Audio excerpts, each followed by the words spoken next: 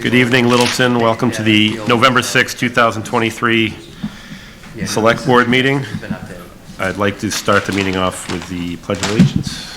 If you would. I pledge allegiance to the flag of the United States of America and to the republic for which it stands, one nation, under God, indivisible, with liberty and justice for all. Okay. All right, welcome to the post hangover special town meeting select board.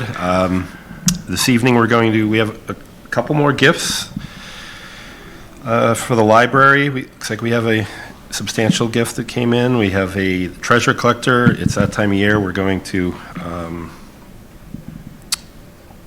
well, this is the vote to adopt the form prescribed by bond counsel relative to the approval of $9,441,000 plus bond anticipation, and this is in regard to what? Indian Hill, Wickham Ave, Wells, PFAS water treatment, and water mains. Okay, so this is finally bonding it? Yeah, well, this is putting it in a ban. Out of bond? Eventually will be bonded. Yeah, okay, thank you. And then we'll get into our public input, member updates, and we will have a public hearing on our FY24 tax classification, which is a very complex article, or a very complex topic if you're not familiar with it, but vitally important to the town. And then at 7:30, we will get into our Select Board Interim Town Administrator updates, which include Senior Center, a vote to authorize the Town Administrator to approve of contract agreements for the Littleton Senior Center project, vote to renew the lease, the Veteran of Foreign Wars, discuss regarding Select Board office hours, discussion regarding liquor license proration policy, discussion and potential vote to amend Select Board gift policy from Mr. Rambacher. Put that together for us. And lastly, the minutes. And then we will adjourn, hopefully, roughly on time, which would be around 8:35 p.m. So to kick things off, could we have the reading of the mail? Sure. Thank you, Mr. Chair. Number one is notice of current openings on town boards as appointed by the Select Board. We've got openings on the Clean Lakes Committee, Economic Development Committee, LCTV Advisory Committee, Permanent Municipal Building Committee, Sustainability Committee, Transportation Advisory Council, and the Zoning Board of Appeals. So if anyone in the audience or in the public are interested in volunteering for any of these boards, please reach out to either the town clerk's office or the town administrator's office. As we always remind folks, if you're interested in signing up to receive public notifications, that's available on the town website. It's a great place to get updated on, we put up typically regular blasts, but also any other information regarding other boards and committees and what their activities are. And lastly, there's just an update on regarding public, our PEG station. This is something I share with Mark. It's going to be shut down for a couple hours beginning at 1 a.m. on November 27th. Mark had previously not been aware of that, but something for the board and the public to know as they make this upgrade in the middle of the night. So that is it. All right. Looks like our first item up is the library gift acceptance. Sam, how are you? Hi, well, thanks. Sam Alvarez, Library Director. So we received a $10,000 donation from the John and Eunice B. Morrison Charitable Foundation. And basically, I'm asking for you to accept it. Miss Eunice Morrison was one of the founders of the foundation, and she was a library user for about 50 years. So they offered to give us a donation for $10,000. So we plan to use it towards things like buying books and library programs and that sort of thing. Normal library day-to-day things. Fantastic. Is this an annual, something that's been coming in?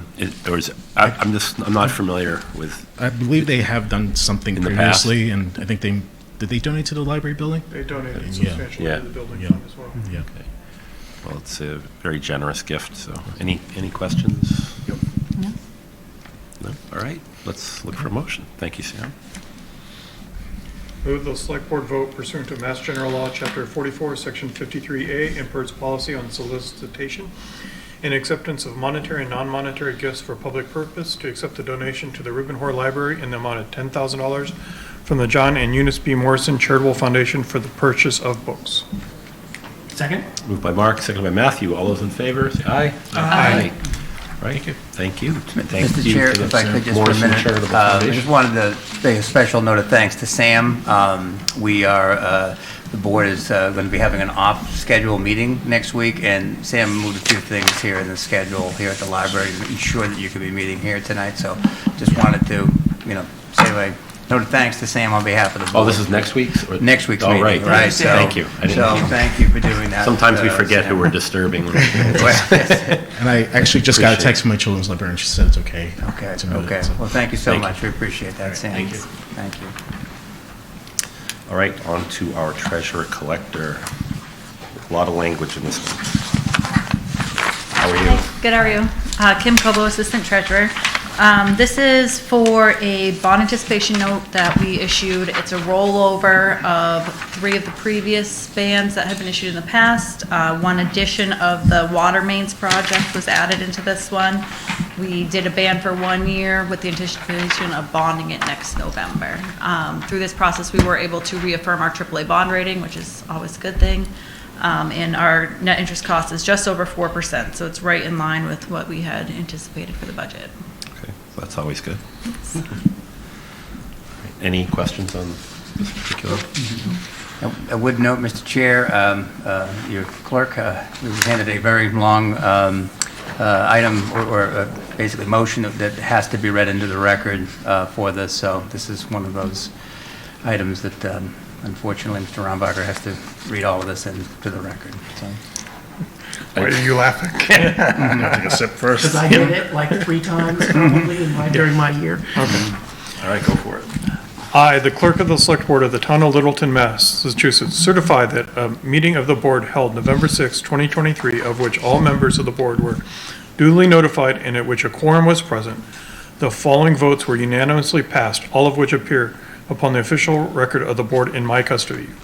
Voted to approve the sale of $9,441,364, 5% general obligation bond anticipation note, the notes of the town dated November 17, 2023, and payable November 15, 2024 to Piper Sandler and Company at par and accrued interest, if any, plus a premium of $85,727.58. Further voted that in connection with the marketing and sale of the notes, the preparation and distribution of a notice of sale and preliminary official statement dated October 23, 2023, and a final official statement dated October 30, 2023, each in such form as may be approved by the town treasurer, be and hereby are ratified, confirmed, approved, and adopted. Further voted that the town treasurer and the select board be and hereby are authorized to execute and deliver a significant events disclosure undertaking in compliance with SEC Rule 15C2-12 in such form as may be approved by the bond counsel to the town, which undertaking shall be incorporated by reference in the notes for the benefit of the holders of the notes from time to time. Further noted that we authorize and direct the town treasurer to establish post-issuance federal tax compliance procedures and continuing disclosure procedures in such forms as the town treasurer and bond counsel deem sufficient, or if such procedures are currently in place, to review and update said procedures in order to monitor and maintain the tax exempt status of the notes and to comply with relevant security laws. Further voted that any certificates or documents relating to the notes, collectively the documents, may be executed in several counterparts, each of which shall be regarded as an original and all of which shall constitute one and the same document, delivered of an executed counterpart of a signature page to a document by electronic mail in a PDF file or by other electronic transmission shall be as effective as delivery of a manually executed counterpart signature page to such document. And electronic signatures on any of the documents shall be deemed original signatures for the purpose of the documents and all matters relating thereto having the same legal effect as original signatures.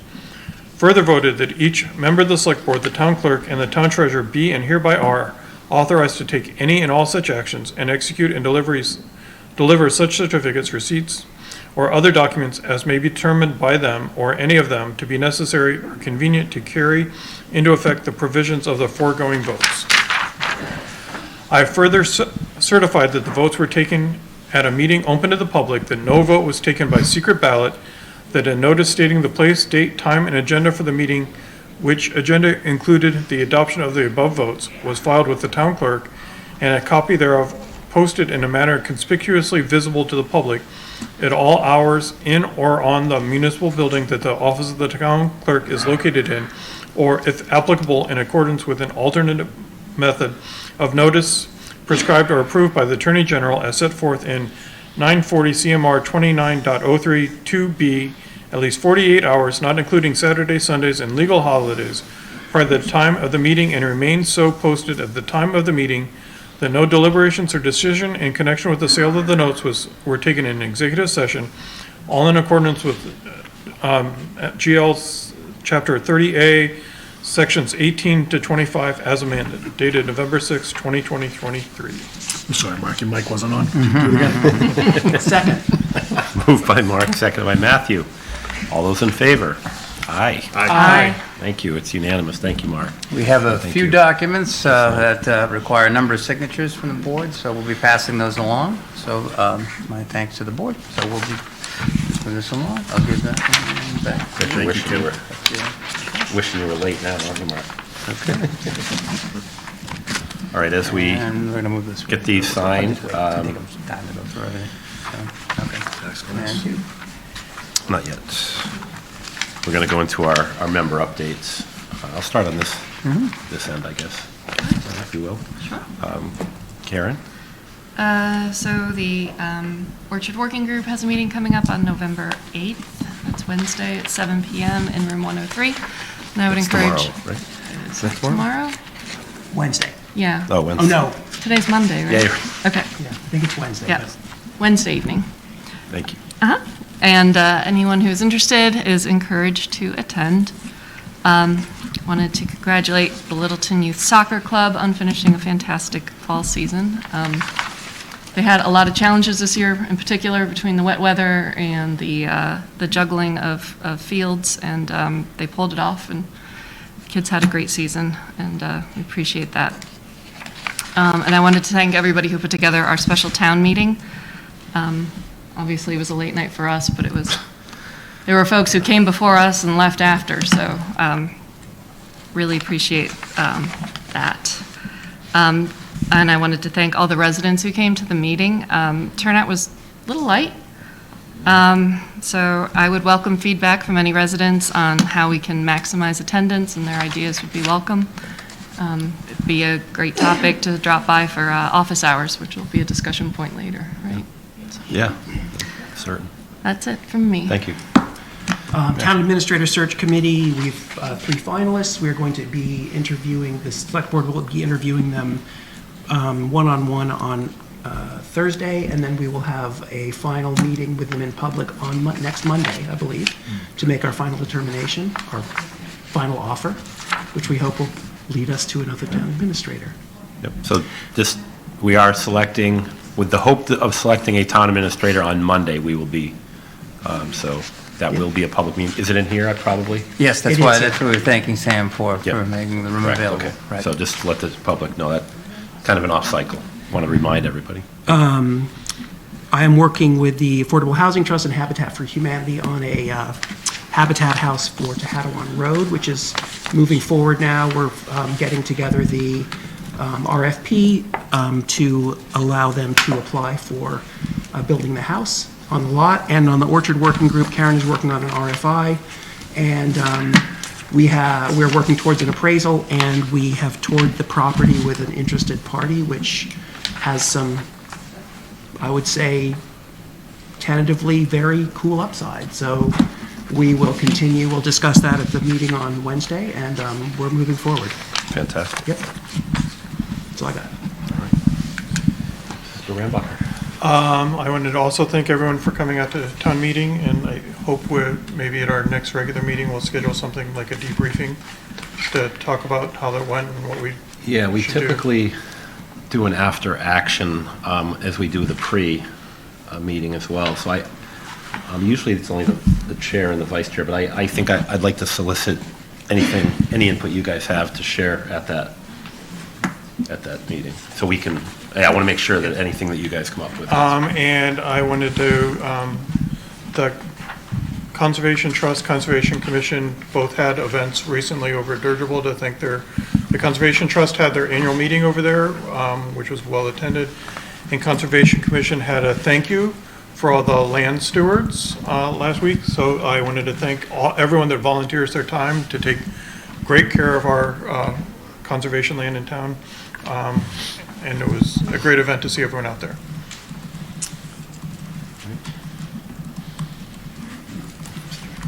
Good.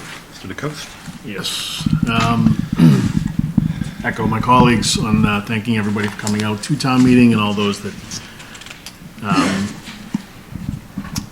all the town employees that and volunteers that make it happen.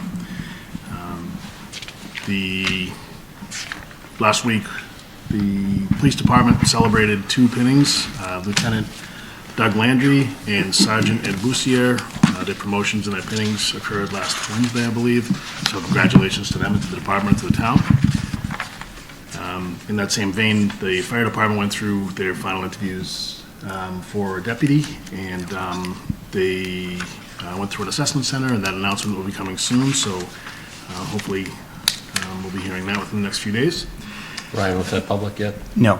Thank you. I'm glad you said something. I also attended, Loaves and Fishes did a community event this morning for town leaders, number of department heads. Kathy was there, Nancy was there, Liz, the 2 chiefs. I'm going to forget somebody, but there was a number of people. There was some folks representing the Baptist Church, and so it was good to discuss, better understand what Loaves and Fishes does. Definitely discussed food insecurity, the services that they offer, and how we as a community can be better ambassadors and get the word out. I think we have literature here in the library. I know Liz in Elder and Human Services has literature and additional information for those that need it. And some statistics. There are 93 families that are supported by Loaves and Fishes from Littleton, which equates to 236 individuals. People are allowed 2 visits a month to go through and receive food. And another interesting fact was, out of every dollar that they receive, 85 cents of every dollar goes toward their mission. It goes towards either food or supporting. So it's not going to administrative costs that we hear so often about so many charities. That's it. All right, thank you. All right, I know I thanked the staff through an email, but thank you for all the work that went into our special town meeting. I thank the residents for once again a long night. I still think it's better than going 2 nights, but I too was at the pinning ceremony of Lieutenant Doug Landry and Sergeant Booth. We all actually attended, so that was. I was unable to attend, actually, Oh. I'm sorry. You were there in spirit. Oh, you should have just let me carry that then. Well, I don't want to be dishonest. So that was a great event. Great to see internal candidates move up to fill roles of more responsibility. The only other thing I wanted to bring up, which is kind of off it stems from town meeting, special town meeting. I don't want to, we can't deliberate because it's not on the agenda, but I did want to speak to it. I did speak at the end of the special town meeting. This week I've asked to meet with Finance Committee Chair and Vice Chair, and as well as my Vice Chair, Mr. DeCoste. We're going to be meeting, the 4 of us. Some discussion I had mentioned in that special town meeting was about policy change regarding the purchase of land, and as it pertains to when it goes above the unappraised value. And we want to develop some type of a policy that pushes something like that to a ballot. in May, so that individuals, a broader number of individuals besides a town meeting or a special town meeting. We typically have 200-300 people, where we're going above and beyond an appraisal. We're not allowed to use the funds that are designated to purchase that property, obviously, which are the CPC funds. So in that event, I believe, and I think others here tentatively agree with me until we actually see the policy when we can create, but I think we'll have something in place that looks, that has a lot of things involved with it that are going to relate to, what is the inventory? It's going to require some other boards' participation. Conservation is going to need to give us a list, probably annually. It's going to take a little bit of work of what that inventory looks like, of their priorities of land in the town of Littleton. That'll help our board make determinations on this policy on how we can better suit the needs and the wants of our citizens. And other things as well. We'll come up with more information on that as we go, but I did want to, there's a lot to this, and I very passionate discussion. I think we could have probably done a special town meeting with that, with the Webster property, probably that one event. And that would have filled up the whole night if we let it, probably. So going forward, I do want to mention, I've done some research. It's one of those meetings, I think, I personally, I think I mentioned it to Chuck, that I voted against it. I think it was the fiscally responsible decision that was made by the town. I will stand behind that, and I can defend it to the very end. I'm absolutely certain of that. But that doesn't mean I woke up the next morning feeling like a victory like you typically would in a vote. I too wanted that property. So over the weekend, just really kind of thinking about how we can better that. And that's kind of why we're talking about this policy tonight. But also, we dug up some Mass General Law. I met with the town clerk today for about an hour, researched the process that we would have to go through. I initially had thought we would have to hold a special town meeting to put this on a ballot. I believe it or not, we don't. It's up to this body to be able to vote to push anything on a ballot. We are the only body that can do it. So what would happen is if a landowner came before us, specifically land. Now we do this for. When I talk about this, I'm talking about something that goes outside of our levy, right? So what would happen is if it went above the appraised value, we can't use CPC funds. That would trigger this policy that I'm discussing with the FinCom. We'll have to get our policy committee together to create this. It would trigger a few things where we would look at prioritization of land. This is going to include the Park and Rec. It's going to also have to have some type of inventory of potential places that they think they could use for fields and things like that, just so we have an idea how valuable a piece of land is in regards to that, with the intent of getting it on a ballot. And this would require a majority vote from our board, and the town would vote when we go to our election in May. We would vote to purchase that piece of land for whatever amount it was.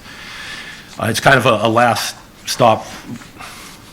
resort type of thing where we realize that appraisals differ. I recognize that, but I also recognize the importance of an appraisal in holding landowners and holding others to that appraisal to some extent. But I also understand that towns across Massachusetts, and this town in particular, are very, willing to purchase above and beyond to have pieces of open space. So I wanted to make sure that I recognize that, and the feel of the room I got at town meeting was there's a group of people that will buy land at all costs, most certainly, and there are people that will always go on the side of the fiscal responsibility, because that's how many people will look at us, and we're considering all the town. But what we're missing is that whole in-between piece of how we can make something happen. So I'm going to be looking hard at this board, and I want this board to go home in a couple of weeks when we meet 2 weeks from now. I really want to consider the possibility of putting the Webster property on a ballot question in May. And I know there's a lot that comes with that. It might even be political suicide. But I think where I'm considering, and this board is considering policy, and the FinCom creating policy for it, where we don't have an inventory priority list from conservation, we don't have an inventory list from Park and Rec and other departments, we don't know where this piece of property particularly falls. And I think it would do the town, in the town's best interest to put that on a ballot in May and let the townspeople decide if they want to pay X amount of dollars on their tax bill every year for that property. And what that will probably look like, I'm going to assume the average property in Littleton is $600,000. I don't know, but I think Mr. Venuti gave a presentation that was somewhere $40-something a year will be added to your tax bill for that particular property. And then going forward, we would look at, any properties that come before us. Obviously, we want to be able to utilize CPC funds. We don't want to create precedents where everyone's going to just try to get as much money as they can from us. I get that. That's why I think an inventory and a prioritization list is vital. But I do think this particular property, where we don't know, warrants a look from a broader spectrum of individuals besides 150, 200 people making a decision on a vote of that magnitude. So that's kind of where I stand on this. And that's as far as I can go on public comment. We can't deliberate up here, and I think we'll have a good deliberation at our next meeting just to discuss it, even if it's an option of something people want to consider. There's a lot on both sides of this, but I truly believe that it's probably in the town's best interest if I read the room correctly. So, and that includes both boards as we view what the town wanted. So, all right, enough on that. If you have any specific questions or concerns, please reach out to me directly on my thoughts on it. I was kind of scattered there because I was scattered all weekend thinking about it. But I do think we have some other options that we might be able to look at. But I will be meeting this week with a team just to kind of get an idea. Mr. Chair, can I just give just an update on a few things? Yeah. Just wanted to let the board know that today, Steve Mark, business manager for the schools, Kelly Clenchy, myself, and the chair of the Shaker Lane School Building Committee could not make it, but we met with the MSBA earlier today to get approval on our owner's project manager, who is we went through a process and identified Turner Townsend Heary as our owner's project manager. Asked a number of questions regarding the application. Looks like that's moving through. So we're ready to move on to the next phase for that process. So Chuck's on that committee, and Chuck did a lot of work on getting us to this point where we selected Turner Townsend Heary as our OPM. So now it's on to the next phase of hiring a designer. And, but so far so good in that. And my thanks to the board and town meeting for approving an additional $380,000 at town meeting to add to the monies we're setting aside for that. So thanks for that. And Brian, have we used them before? Is this? This may be the first time that we've used them, but they've done multiple school projects throughout the area. Okay. And different principals have been involved. One of the primary principals was actually involved with the most recent elementary school project in Acton, so close by. The company's kind of changed form, if you will, as through different consolidation, and Turner Townsend Heary is its current version. So but collectively the group's got a lot of experience, and looking forward to working with them. So and then I'm just going to pass back. That's the few signatures missing. So pass that along. I don't know what everybody's signatures look like. like that. So, Probably me. I don't want to have an angry treasurer's office, so tracking that down. So, but that's it, Mr. Chair. Thank you. All right, I'm going to open it up to public comment, if we have any. Nope, please come forward. Good evening.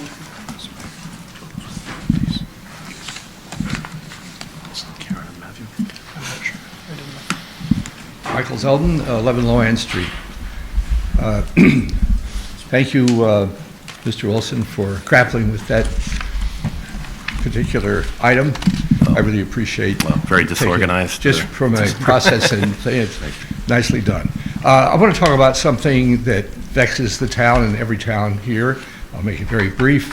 I think the town missed an opportunity when the state, finding itself in a position where they want to stimulate housing, came up with what I would call a Hail Mary, basically to create the opportunities for towns to put in, or to at least take away the zoning restrictions to find additional housing, to build additional housing.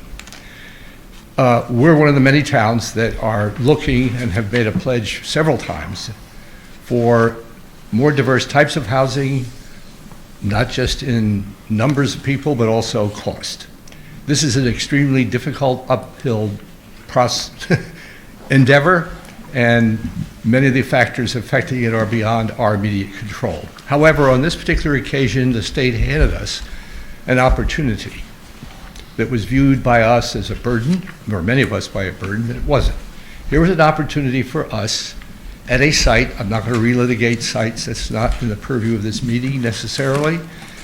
But here was an opportunity for the planning board and the board of selectmen, the select board in particular, to take some leadership position and really attempt to create yet another partial solution or a partial approach to making housing more available to people who actually work in town, who work for the town, who work for residents of the town but can't live here. Here was the opportunity to do it and not be necessarily hemmed in by percentages, 10%, 3%. State was quite open for many, many options, none of which we undertook even to explore. So I'm going to ask this particular board, this particular committee, this particular group to encourage the planning board, not just encourage, coach the planning board to be a planning board and not a reactionary committee that responds to situations with reactions. Plan. Here was an opportunity to do some serious planning with or without the help of a consultant merely hired to seek, quote, compliance. There's a lot here at stake for housing for this town. We're one of the towns that we're small enough where land is at a premium, where our survival depends on reinvigorating or vigorating the town at each an opportunity we can get with younger and different types of people who are not necessarily able to afford the $500,000 or $2 million houses that we now see. So please, provide your coaching, your persuasion, Thank you. your force of personality, get the planning board to be a planning board. Thanks for your attention, gentlemen. Mr. Sanders?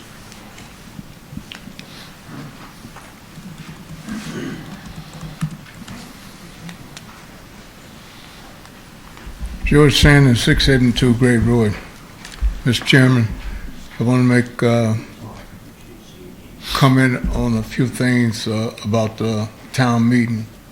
I know in the past, there may be only one individual on this board now, the voters had asked on certain items that is put on the warrant that they would like to have it brought up early on the warrant, so all the people there, whatever number it is better than putting it on the tail end of the warrant when there's half of the people gone home. Some people have fallen asleep there the other night.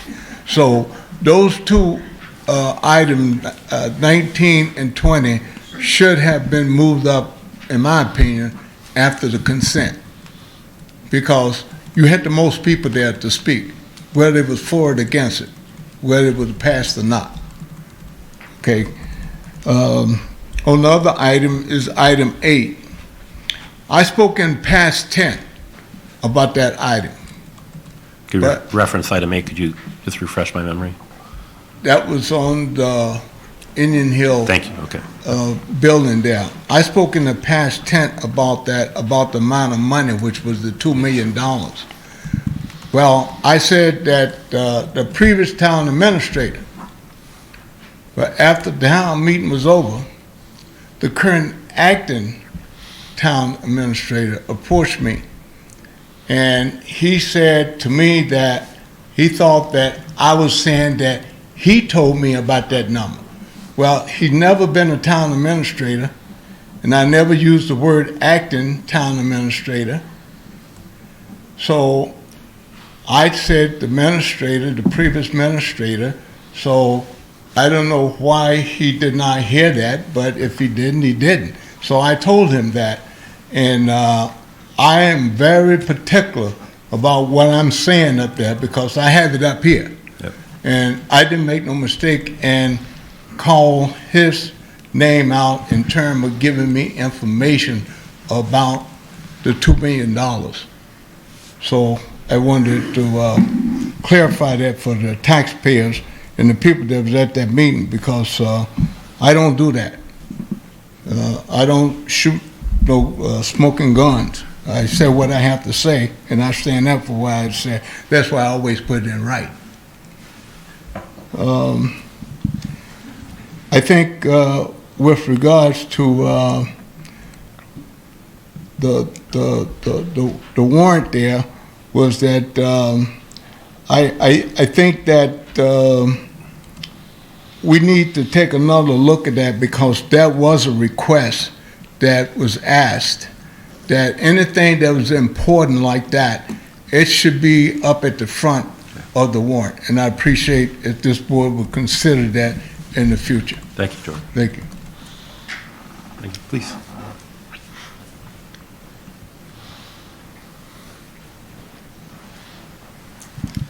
Thank you, Chairman Wilson. My name is Andrew McNaught. I live on Long Lake Road. I spoke at town meeting in support of Article 20, which was the Webster land purchase. And I spoke on behalf of the Littleton Conservation Trust, which I can't really do tonight formally. And I'll be quite upfront with you. I'm pivoting a bit. I wanted to raise some concerns with how I felt Article 20 was presented compared to other articles which impacted the town's finances. But I do want to say I really appreciate what you said at the outset with your comments, and that is something that I plan on bringing back to the Conservation Trust and seeing if we can get some input there, because I do think that is a chance to potentially make sure it's a more cohesive and better working relationship going forward, which I think is in everybody's best interest. I do want to raise some issues with what I felt were unfair tactics, though. When I spoke in support of Article 20, I understand that a couple members of this board were opposed to the purchase of the Webster land. And I absolutely understand why. I get that the delta between the appraisal figure and the price tag that we were going to have to pay, which was based, of course, upon what a developer had said in the purchase and sale they were willing to pay. I understand that's very valid, especially where we can't use the CPC funds due to that delta. So I'm not looking to scold anybody for disagreeing with me on legitimate grounds. But I do feel that the set of statements and maneuvers that were raised in connection with Article 20, after we let all the other articles that impacted our finances pass earlier in the evening, including Article 8, there was no resistance, no concerns raised, nothing about fiscal responsibility. Then all of a sudden Article 20 came up after 11 o'clock at night, and we heard for the first time a dire financial picture. If fiscal responsibility and future finances were pressing concerns that late in the evening, they were absolutely pressing concerns 2 hours, 3 hours earlier when we're talking about Article 8, which, per the approved and supported explanation in the official town meeting report, and this is a direct quote, transferred $4 million from the overlay reserve into the capital stabilization fund for future capital expenditures, such as the rehabilitation of the former Indian Hill Music School. Why weren't those same concerns, which were so vehemently forwarded in connection with Article 20, in opposition to Article 20, raised at those earlier times?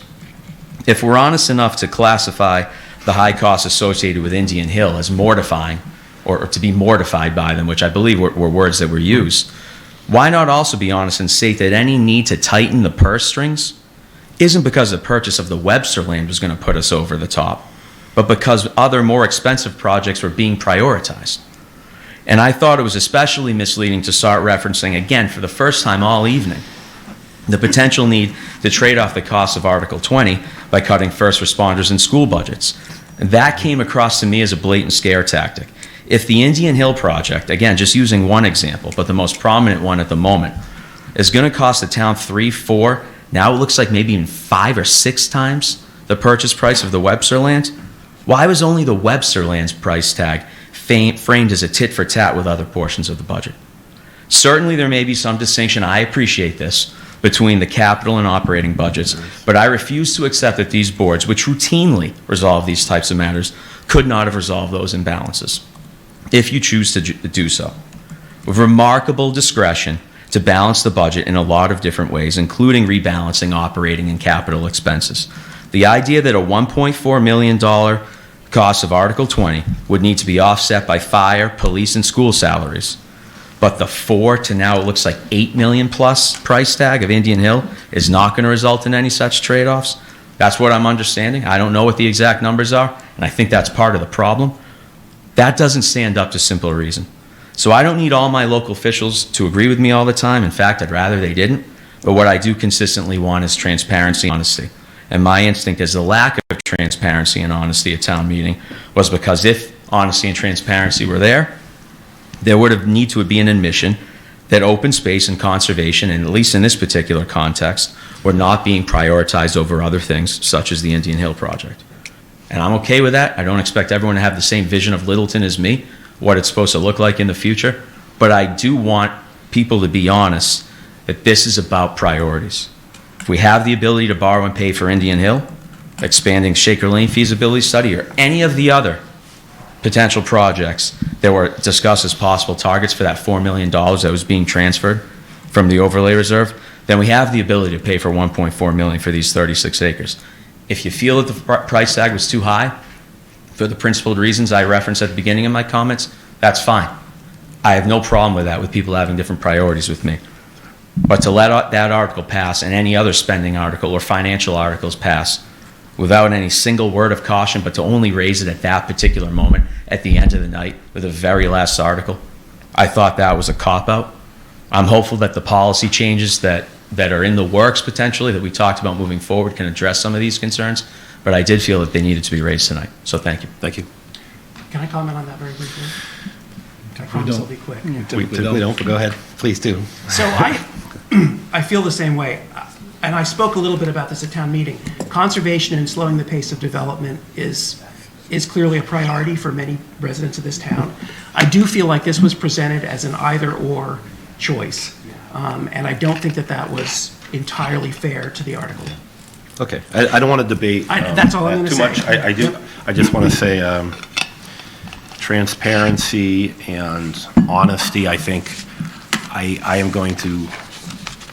Misrepresentation. Yeah, I think it's misrepresentation of me. If I know obviously some of this is being referenced to myself, but also we're talking about a finance committee that has kept this town on a AAA rating for a very long period of time, and we rely on immensely. We historically have, and when we all agree with what the finance committee does, keeping us on track, everything's great. But the second it doesn't work out, it seems like it becomes, we turn it into a political board when I believe it absolutely isn't. Yes, there's buckets of money. I don't want to get into how the overlay, when we pull money back, where it has to end up, where it can't be used, why it has to be used for it is. I don't like to talk about projects that we've already purchased, a building that's sitting there for a year now, or it's been sitting there for years, versus something we don't even have yet. I think it's irresponsible not to take care of business in-house. We can all debate these things go back and forth on everything. I realize there's a better way to do business all the time. We can keep getting better, and I recognize, and thank you for your input, but I do want to definitely make sure that the public knows we're being as transparent as we can. We don't sit behind the scenes twisting our mustaches in trying to figure out how to mess the town up. We truly care, and everybody here puts a lot of time and thought into this, and I truly believe we're trying to be as honest as possible, and it's disappointing that it might not have come across that way. Since I spoke, and Matthew, does anybody else want to speak to this? I just want to make sure everybody's... I think that it's just, it's important to note exactly what you said about different buckets of money and where we can use them, where we can't use them. And I think the point was made by Mr. Venuti relative to the Article 8 money and the fact that it couldn't be used specifically for Article 20. And it was just, it's an No, education. actually, it wasn't. Yeah, it was. He made a comment about it. It's capital, we can spend capital money however we choose. Yeah, this is the bit I want to stay away from. I just think it's we can do a better job of explaining things the best we can. I want to make sure that we recognize the speaker, but I also want to make sure we defend. I truly value the FinCom's overwhelming majority vote for the way that they voted, and the explanation that was given was as clear as possible. I will speak from being a chair on the Finance Committee and working on the Finance Committee the last 6 years before I was on the Select Board. We knew 24, 25, 26 were immensely tight years. Just the way everything falls with the library debt coming on the books, that things got really pinched and we were hoping for new revenues, which we are going to have new revenues in a couple of years, obviously. The outlook is fantastic, and we're bridging the gap to get there. So this is good news, and this is, I appreciate what you'd mentioned, but I think we have a possible way forward, and we're going to create policy where we need to better be transparent and do whatever we can to meet the will of the town. So thank you. So, Mr. Chair, I feel like I need to speak up a little bit here. I'll say that I went into that meeting expecting, based on my conversations with you, and expecting a presentation from FinCom that would explain to the town what all the options were for financing a purchase. So if the town voted for a purchase, these are the options. And that's what I was led to expect going into that meeting, and that's not what was presented. Frankly, I think a presentation like that would have better served the town than a presentation that only put forth one point of view that had already been expressed with a vote. Okay, thank you. So I'll just add a little bit. I think the FinCom serves a similar role as the Orchard Working Group, and that they are making recommendations to us, and they're apolitical. Oh, goodness, I don't even want you to compare the boards that way. No, let me finish. And I think the presentation became too political at town meeting. Okay. That's my opinion of it. It gave, as Karen said, it gave one side and only one side. Okay. And it got too much into, it's the Webster property or firefighters. And that's political. 100% political. It wasn't. I will say that representation. the Finance Committee has statutory authority. They have, statutorily, we have to have a Finance Committee. We don't have to have an ordinance. But what I'm saying is what the Orchard Working Group's job is to make recommendations back to us. That should be what the FinCom's job was too, and not. Okay.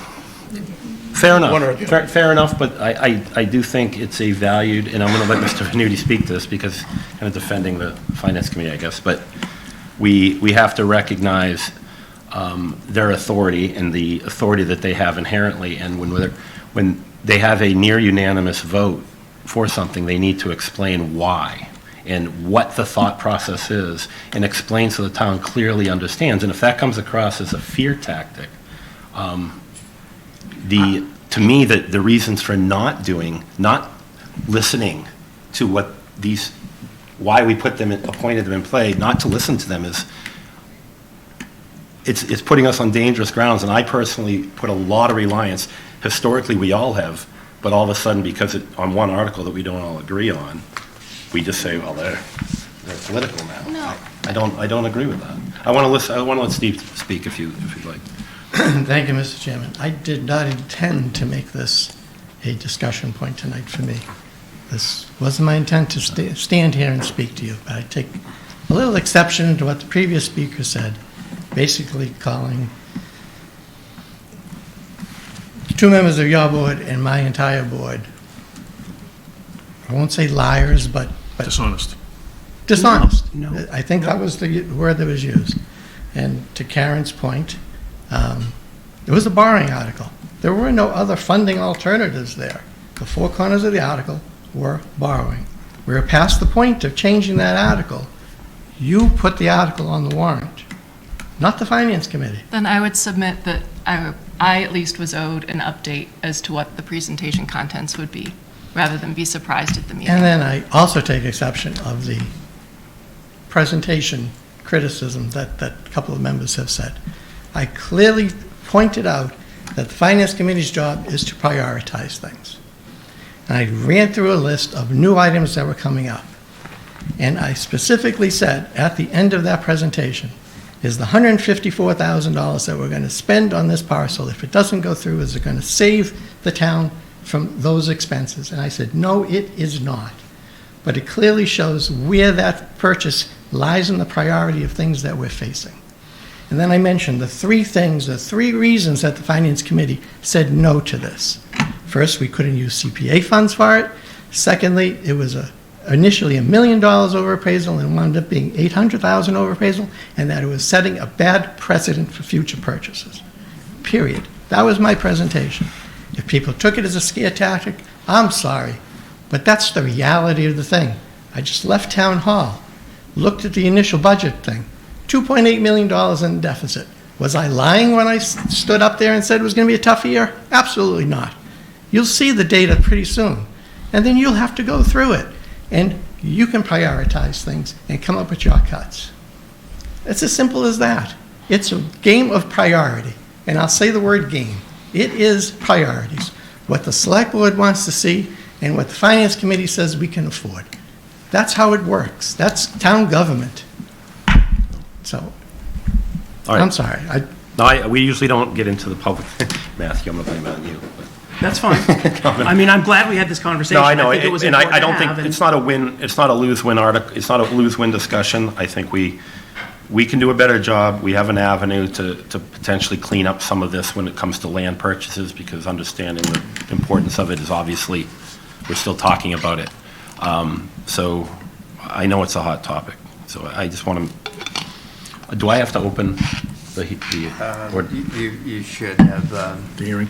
the hearing, yeah. I don't know if the notice made its way into the packet, but I think you can just, continue on with public? I think I would just make a motion to open the hearing. Make a motion, open the fiscal year 2024 tax classification public hearing. Second. It's been moved by Mark, seconded by Chuck. All those in favor? Aye. Aye. So if I may, as Kathy is making her way up, I wanted to hand out to the board one of the things you're going to be voting on today. One of the first things is the residential factor. So there's the highlighted section here in the handout. This is part of what Kathy had provided as part of the backup material. And so eventually that is where we're going to get to with this presentation. But again, and that'll be among the 5 options that we have in front of you. So with that, I'll turn it over to our town assessor, Kathy Miller. Thank you. Good evening, Kathy evening. Miller, Chief Assessor, and I'm going to be going over information that will hopefully help you in identifying the minimum residential factor for the tax classification hearing.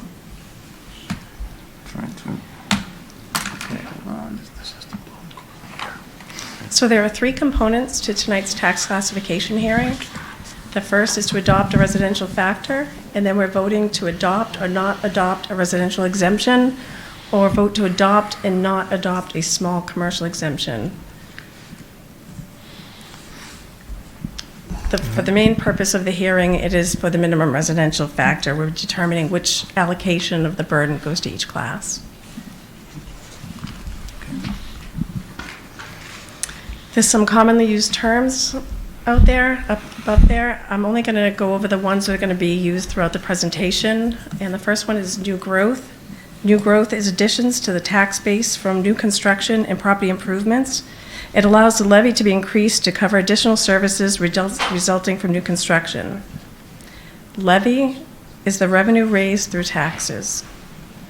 CIP is a class that includes commercial, industrial, and personal property. And then the minimum residential factor being the factor that represents the minimum percentage the residential class must pay. The levy breakdown is the previous year's levy limit with additions of 2.5%, the new growth, and debt exclusion, with the total levy being $49,783,135. We can go to the next screen, yeah. So this is the estimated new growth. This was hard this year to do the estimated new growth because we have a lot, as you guys know, in the pipeline, but determining when they were going to finish was hard this year. In order to have fiscal year 25 new growth, it would have had to have been done by January 1st of this year. We had a few residential projects that are going to finish in December. We have a warehouse on Monarch Drive that I believe we're going to get some new growth. But outside of that, I couldn't really come up with anything. In fiscal year 26, definitely I see residential increasing more than CIP.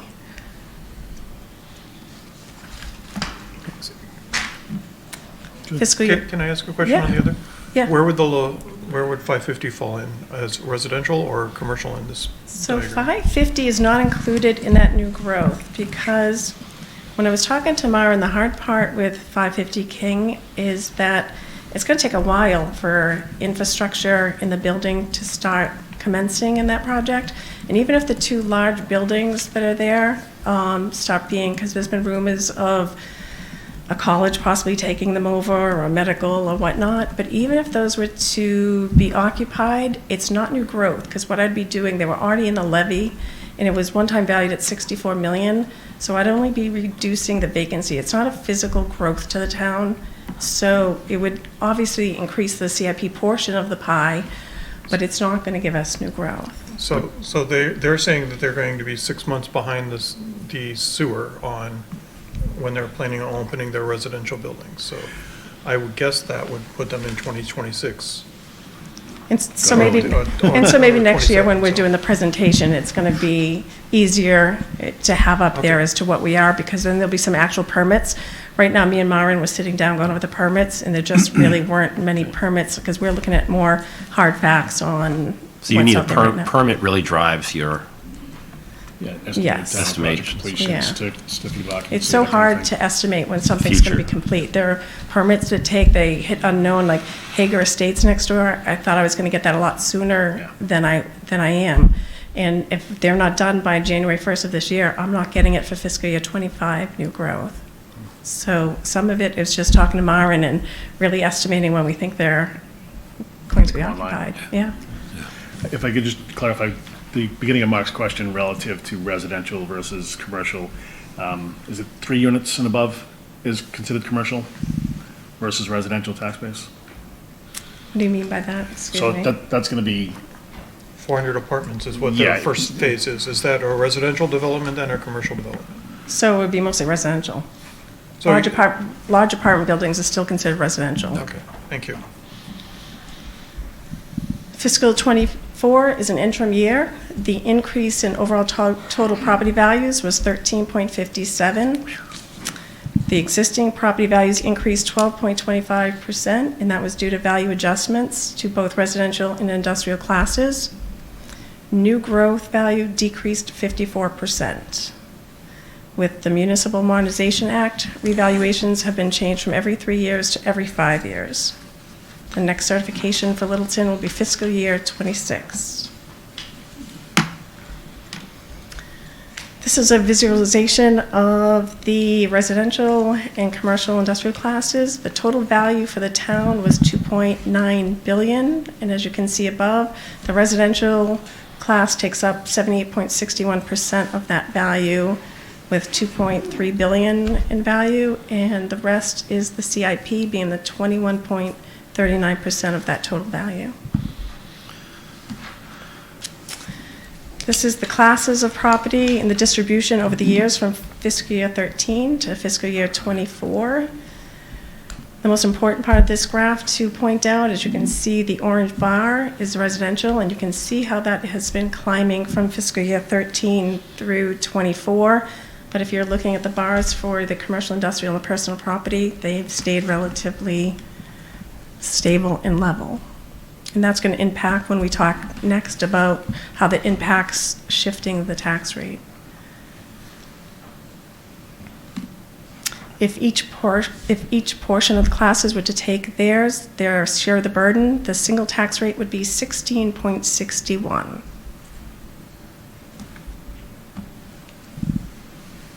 Splitting the tax rate. A portion of the single rate residential levy is shifted to the CIP's single rate levy. The amount of the shift is voted by the Select Board. Except in uncommon circumstances, the shift cannot add more than 50% of the existing single rate to the CIP level. And the example that's used is if the CIP levy was 10 million, the maximum shift allowed would be 5 million for a total of CIP levy of 15 million. The levy and the split tax rate. This is showing an example if we use the last residential factor and we're shifting, get to that screen. I think the last residential factor is 0.89345, and it is shifting 8.38 of the total levy, and that's the piece you can see in gray, over to the CIP, and it's 10.66% of the entire levy. And that is just showing you how the pie, just to give you a visual of what's happening, because shifting is basically when you're shifting a portion of the residential burden to CIP. This is showing it totally shifted. And in this graph, you're seeing that now the residential, now that we shifted that portion over, instead of having 78.61% of the burden, they are now having 70.23% of the burden. So instead of paying their portion of the 39 that we saw in the previous slide, they are now paying 34,964,538. In that CIP, before, on the previous slide, you saw that it was 21.39, and now it's 29.77. Fiscal year 24 average single-family home assessment. The average single-family home assessment for fiscal year 24 is $672,106. And fiscal year 23, it was $594,069. So that has increased 13.14%, or $78,037. So it's doubled in 10 years, roughly, almost doubled in 10 years. Yeah, well, you can see on the graph up there, it says over the past 5 years, the average single-family home has increased 206,722. That's 44% in 5 years. Is that in line with most of Massachusetts, or is Yes. that extraordinary? Definitely in line. Okay, All thanks. of Massachusetts is seeing this kind of growth. Commercial property values, I have 678,000 up there, but the real number, and I apologize for that, is 715,800. So commercial values increased 16.35, or 100,600. This is a tax comparison, and we're comparing 17 of the surrounding communities in the single-family home values. As you can see, we had to use 23 values because not all of 24, not all communities have been certified. So using the 23 data, we're using Littleton's average home value of $594.69, and we're, compared to the 18th, we're 10th, with the median of all 17 communities being a home value of $614,027. And this is looking at the average single-family tax bills versus the 17 communities. As you can see, Littleton is still 10th at $9,654, with the median tax bill being the $9,785. This is just showing you your historical residential shifts and CIP factors going back to 2013.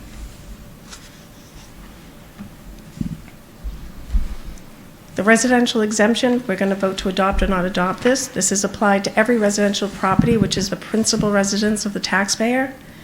The exemption is subtracted from the assessed value of the eligible parcels. Exclusions are accessory residential land and seasonal homes and non-owner occupied residential property. The Select Board may adopt a discount of up to 35% of the average residential valuation. Generally, communities that have a lot of apartment buildings and a lot of seasonal residences adopt this. Historically, Littleton has voted to not adopt the residential exemption. Small commercial exemption is designed to provide tax relief for the small businesses. The tax burden is shifted within the CI class. The qualifying criteria is that eligible properties must be included on a list provided annually to the assessors by the Department of Labor and Workforce Development. And the qualifying properties must have valuations of less than $1 million and average annual employment of 10 or fewer people. The Select Board may adopt an exemption of up to 10% of the value of eligible parcels. And traditionally, Littleton does not vote for the small commercial exemption. This is almost a shift within the shift of what we're already doing by shifting. Twice. Twice. Yes, yes. If you have any questions, I'd be happy to answer. I know it's a lot of information. One other thing I would just note that in prior years, I think we've done this where we've had an educational session, which typically is Kathy's presentation as she's providing tonight, and then voted it 2 weeks later.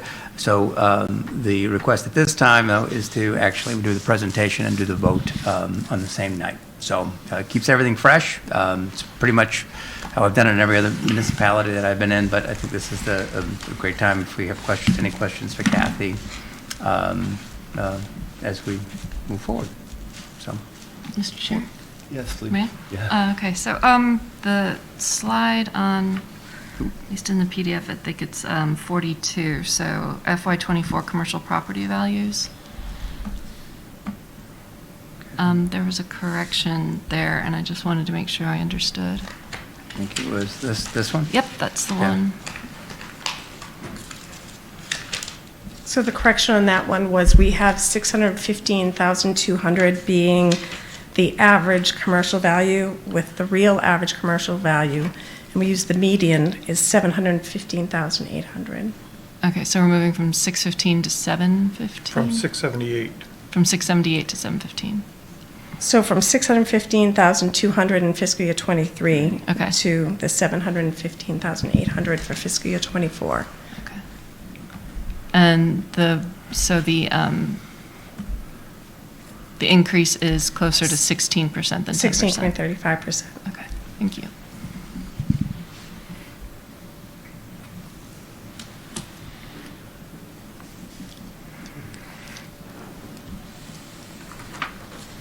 All right, let's open discussion, where you think we.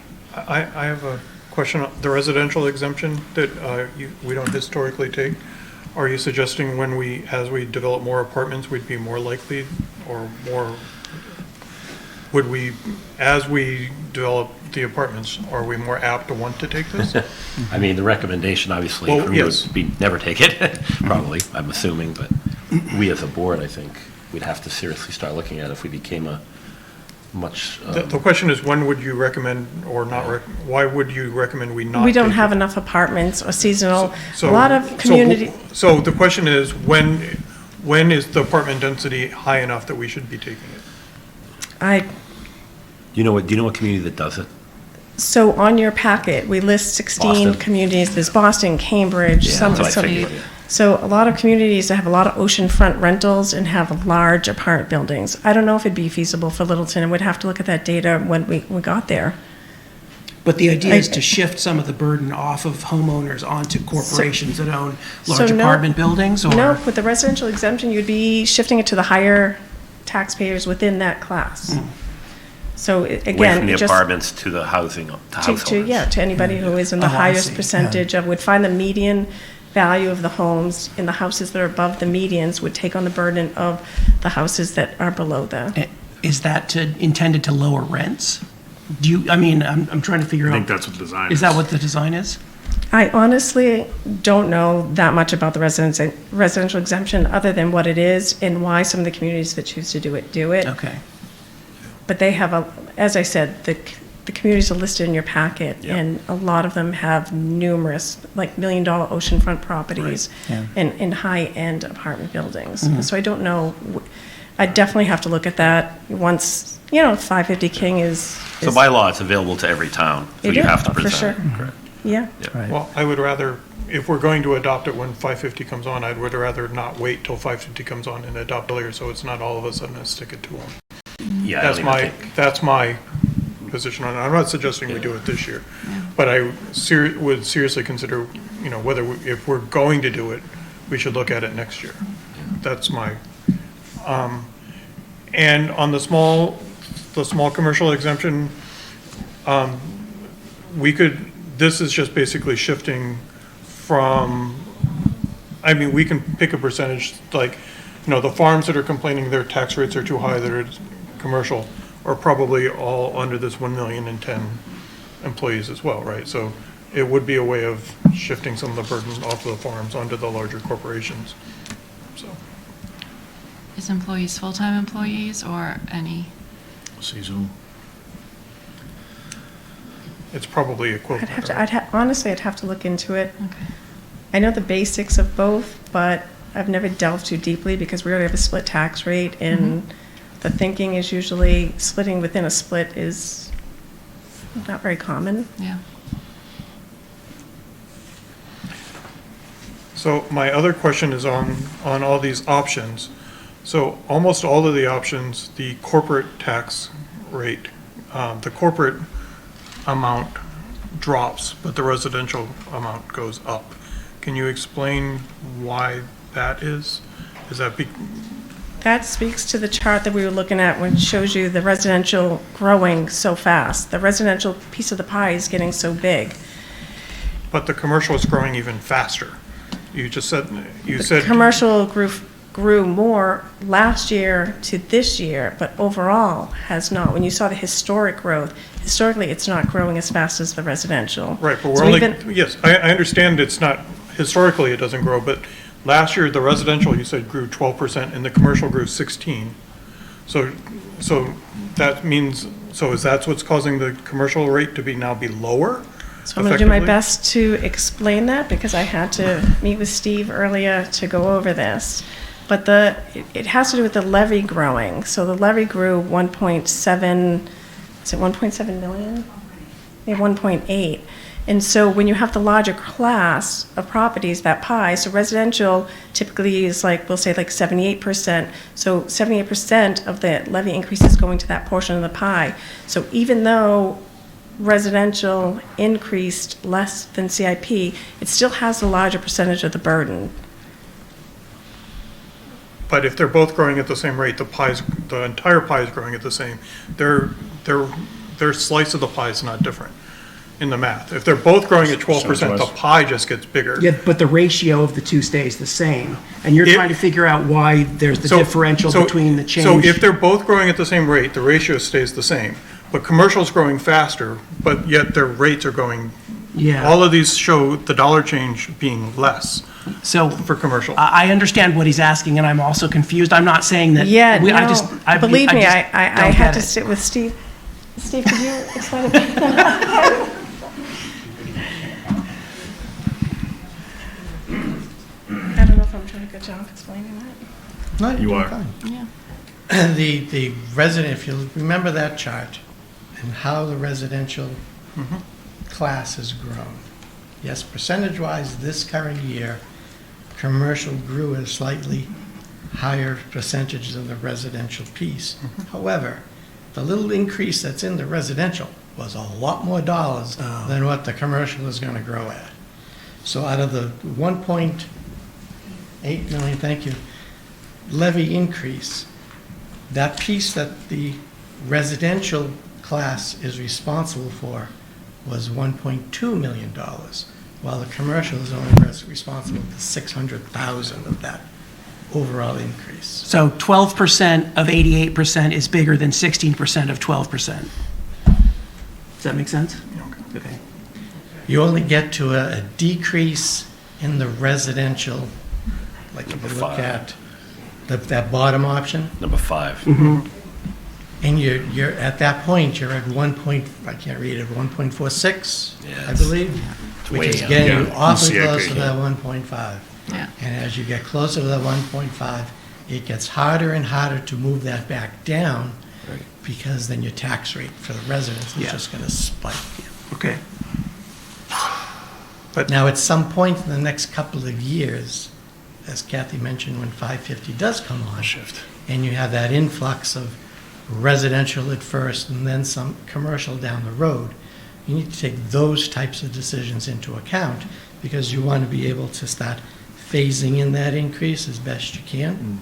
Because if you're going to affect the residential rate in any way, you want to make sure you're doing it so you don't have these spikes year after year. Does that make sense to everyone? Yep. So to see something that the commercial doesn't see a decrease in that average bill is going to put more of a burden on the residents.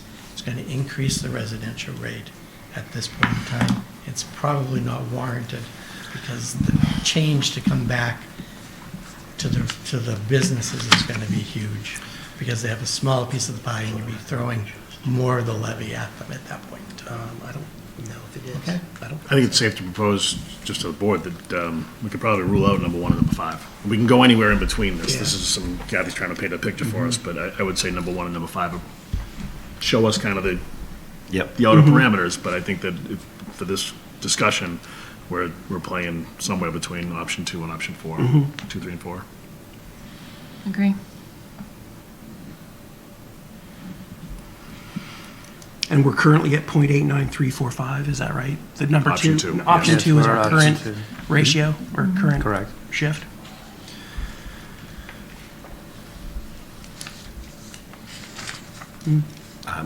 Correct. I'm comfortable there without increasing anything, or I don't know how your department feels about that. What is, do you have a recommendation? I do not have a recommendation. So this year to me feels a lot like last year to me. It's not, we don't have any enormous anything going on. I mean, I see a much more strategic shift coming in the 2 years, 3 years, when all of a sudden the Commons doing a lot more growth. Northern Bank and Trust, IBM Agree. properties, are going to change. We're really going to have to look at this more significantly, but I don't know where we. I would lean towards maybe option 4 to try to reduce it a little bit for the residents, or cushion the increase a little bit for the residents. I was on the same logic, but leaning towards 3. Okay. I could go either way. I mean, it's not a big change, so. Yeah. As I look at this, 3 made more sense to me than any of the others, but. That's fine. Don't we have to all recuse ourselves because we pay taxes? No. Let's try though. Does Kim have any input? Do you have any input? No, I've worked with Kathy, we've gone over the numbers, and you guys think, I agree with the. It's kind of phone. I was doing a phone a friend. That was a lifeline. I was doing a phone a friend. I was hoping you were going to tell us this is the one you should do. Absolutely. You're not giving us any signals like. So number 3, Karen, do you have any? We do have to. So we're lowering the tax rate by $27 Yeah. No, on we're 3 only For- raising it by 294. for residents, and we're raising by 100. Oh, We're I see. actually lowering it by 560 for commercial, but. Yeah, the change is the change from option 2, which is your current residential shift. Yeah. Yeah. So, do you have any, Karen, do you have any input? I don't have to. I hate making the Wait, we decision have at the to same time close as the the public info hearing. is Right. is You have to presented take in public Q and As before here. you I get close why the we're hearing. doing it, but Kind of deliberating vote. Once our comments done, I'll open the public hearing. so we were talking about, earlier today, we were talking about that point where you can't, you're up against the wall and you can't give any more relief, Correct. no matter what the increase is. That's 150, right? Yes. Yeah.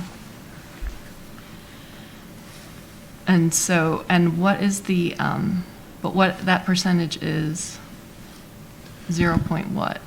because we're moving down, like, when would we hit that? 1.5, In terms of the right. factor? 1.5, I don't think, do you have the 1.5? We No. don't, but it's. I think the lowest goes to 1.4. Or six. Which is 1.6, option there we go. 5, right? Don't ever show us the 1.5. Yeah, no. No. Okay. 0.84 maybe. It's .86, Karen. Yeah. Can I just make one quick thing? So I think it's worth noting that we couldn't do the same dollar change or the same percentage as we did last year because that would put us over the 1.5. So we're already starting to see us backing up against that high limit of, we can't do that. So we would usually show that as an option, we can't do that, so it puts us over 1.5. Okay, Yeah. thank you.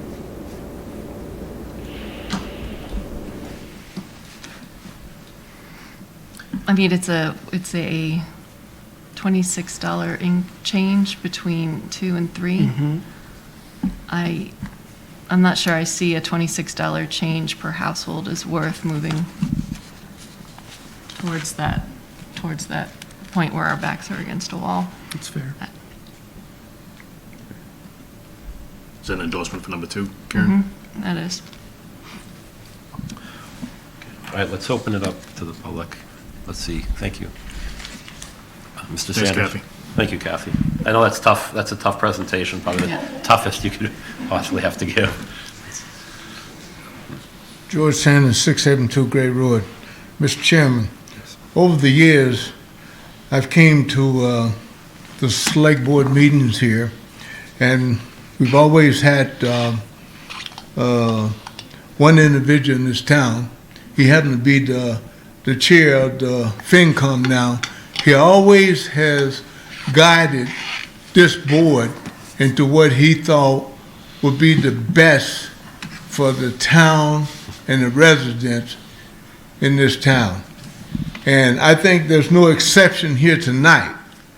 I think that I would like for him to come up and sort of kind of guide us because we depend on him. Sure. And he's a good, top-notch finance expert. Thank you. Thank you, Mr. Sanders. I thought you were going to trip him. Yeah, I mean, if the board would like to hear Mr. Venuti's opinion on this. Does Mr. Yeah. Venuti? Mr. Venuti, do you wish to give an opinion? This is what you guys get paid the big bucks. Thank you. Do you? Thank you. There's not many options there.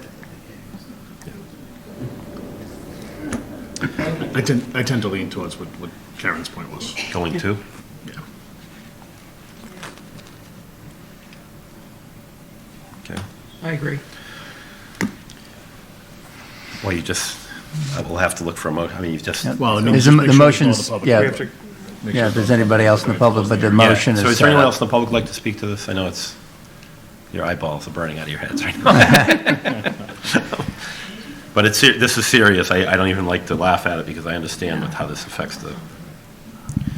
So overall shift. I'm kind of torn between option 2 and option 3, and it's not because of, I agree the $27 difference isn't that much, it's the $100 on the other side that's more of a one for me, right? And the fact that that the commercial is going down so substantially compared to what the residential is going up, right? And I understand, I'm okay with 2, right? It just feels like it's getting to be a little more of the burden on the residents. And I agree with Steve that, once we head down that road, it's going to be hard to walk it back. So I can convince myself to either 2 or 3. It's just, yeah. So when I think about commercial, I've been thinking about the common a lot and a lot of the impacts of the construction this year on some of our commercial properties. I don't know what percentage that is. I would welcome anybody who has a ballpark figure, but I do worry about the burden on Small business. on our small businesses that are having, that are negatively impacted by some of this upheaval.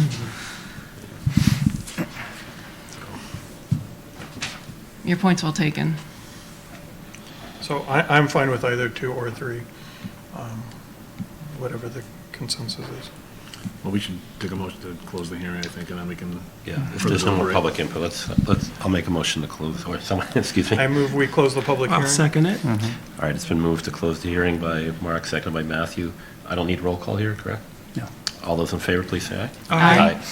All right, the hearing is closed. Now we can, let's look for Further deliberate if we need. if we need any deliberation.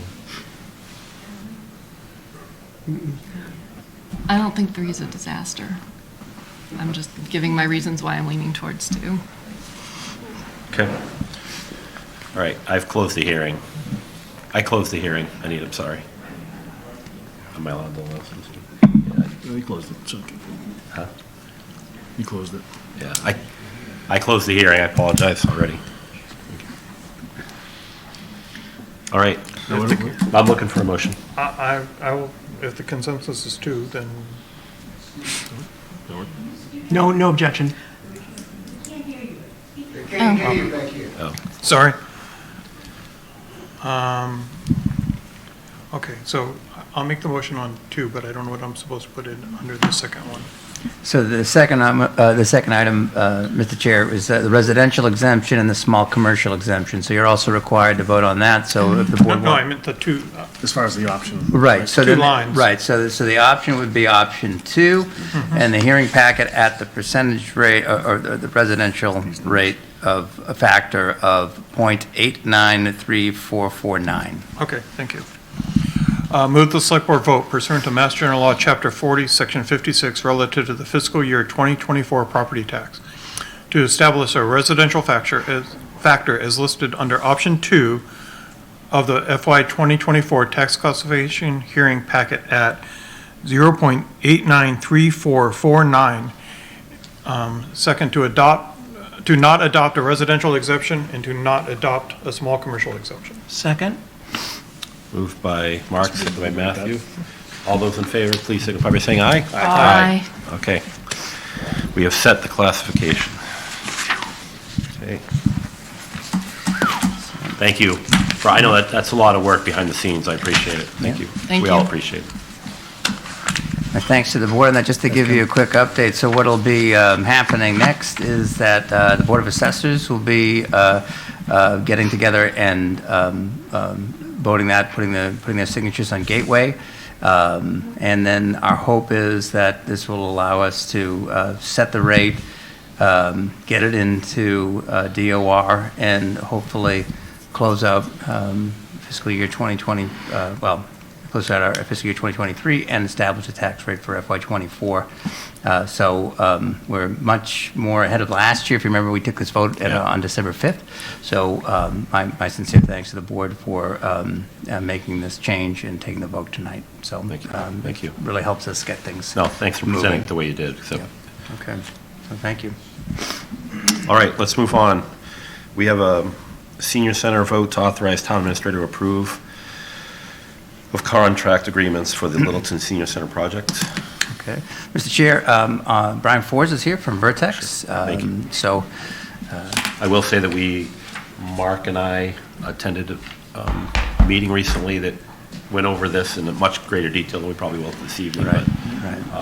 Yeah, so I'll turn it over to Brian. If he looks a little bleary-eyed, he's a new father for the second time. So you're looking pretty good, Brian, I have to say. Congratulations to you for that. You're next. But Brian's been working with us all along on this, and he has an update to the board and to the community in terms of the sub-bids that have come in. So, and really kind of give us a sense for tonight to tee this up in terms of whether we be moving forward with this. So with that, I'll turn it over to Brian. Great. Thank you very much for having me. I think since the last time we provided you an update, we've had quite a bit of progress here. And we're at a point in our project where the hope is that we're able to provide a notice to proceed to our construction manager at this point. Agenda tonight, we'll talk about the appropriations from previous town meetings on where we are from a funding standpoint. We'll go through some of the schedule milestones on what has been done since my previous update and what we foresee for the next couple months. And then we'd like to go into our budget update since we have our bids in hand now and we're ready to proceed with establishing our total project budget. For scheduled milestones, previously when I provided the update, we were going out due to Mass General Law. We need to pre-qualify our filed sub-trades. Those are the larger trades on the job. For example, your mechanicals, your electrical, your plumbing. We received about 100 statements of qualifications from these contractors, so it was a very good pool and competitive bidding that we had. We opened the procurement window. We put our bid documents out to bid. Those were received on October 11th. Those were opened, and those are turned over to our construction manager after myself as the OPM reviews those to make sure that they're valid bids. That gets turned over to our construction manager, who then starts to assemble the guaranteed maximum price, and that's for all of the construction on the project. During this period, we've also met with miscellaneous boards throughout the town. We've met with the planning board and established their requirements, incorporated any changes that they needed into our site plan. We meet with the PMBC bi-weekly to provide them updates on the project as well. We've also met with Littleton Light and Littleton Water in regards to how we're going to be incorporating into the sewer system, as well as powering this with transformers through Littleton Light. We also wanted to make sure any coordination that would need to be done with the sewer system that's happening out on Shattuck Street and behind the library where we are today. I'll be providing the total project budget tonight.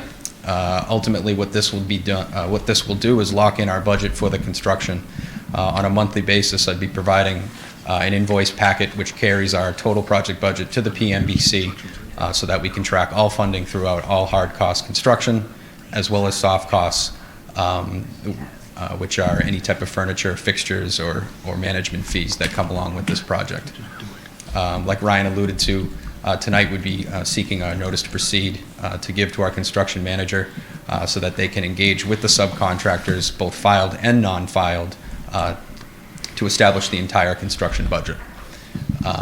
I'll go through the schedule a little bit on the next slide as well. I believe I showed this at the last meeting as well. The star, we've advanced the star down the field a little bit here, and currently we're at our point where we're ready to issue our notice to proceed for the guaranteed maximum price. As part of the GMP, the construction manager also provided us a schedule for construction. The RFQ, the request for qualifications that we gave to our any prospective construction managers, that we felt this was going to be a 14 to 16 month build. And what they've done is they've provided us a construction schedule which is not starting until the spring. And the reason for that is twofold. We do not want to begin construction and burning general conditions and burning people's times and having the town pay for frozen ground and other provisions that we'd have to do in order to start construction in the winter. But it also allows for the construction manager to begin procurement of long lead time items. We're in a market right now where, for example, some electrical equipment has lead times of 50 weeks, 60 weeks, and these are the things that, with a notice to proceed now and not having them out mobilized on the site, will allow them to start procuring the material and get it ordered and approved by our design team, so that when they do hit the ground running, that material is available and it falls into their construction schedule. We can move on to the next slide, please. Now that we have our bid documents, I don't have them here with me. They are available. They're public record if anybody would like to dive into them a little further. This is just the cover sheet that's being applied for our building permit through the construction manager as well. Our budget analysis that we have here, the middle column is what I provided to you at the previous select board meeting, where we thought that our total project cost was going to be right around the $18.4 million. A lot of that in those numbers were design contingencies and numbers that we had to put placeholders in because we did not have hard bids in hand. I'm happy to say that our estimators did hold up. We did have some pretty successful bidding, and we had some competitive bidding on our filed sub-trades, which lessened our total project budget to $18,284,896. That is made up of the design and project management fees, the hard construction costs with our construction manager, additional soft costs, which is inclusive of working with Nancy Glencross and her IT team for any IT infrastructure that needs to be put in. It contains security and access control systems that will need to be implemented into the building, as well as any furniture and other equipment that Liz and her staff will need.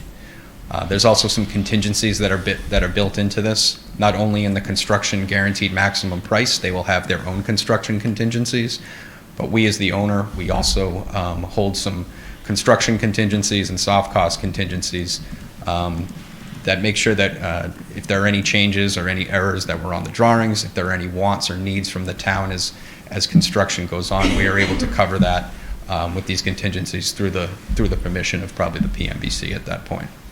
Any changes would be brought forth to them. The one change I do want to bring up is in our design. We did have design, part of the scope of the design team was to design the photovoltaic system on the building, and that is the solar system on here. So what we did, knowing that it was going to be a high ticket price item, we used that as an alternate. And what the alternate's able to do is to get us a hard number to understand what that would cost. And if it's outside of our budget, we do not need to proceed with it. We can proceed with the regular scope. I did want to bring to the board that the price of the PV system was $289,998, which would put us over our original $18.5 million. But we did, if the board would like to discuss implementing that into the project, it could be a real benefit for the town. Questions, and thank you. I did have one thing here. I worked with Ryan as well as the town treasurer and the town accountant to kind of show some of the appropriations from years past and other town meetings. As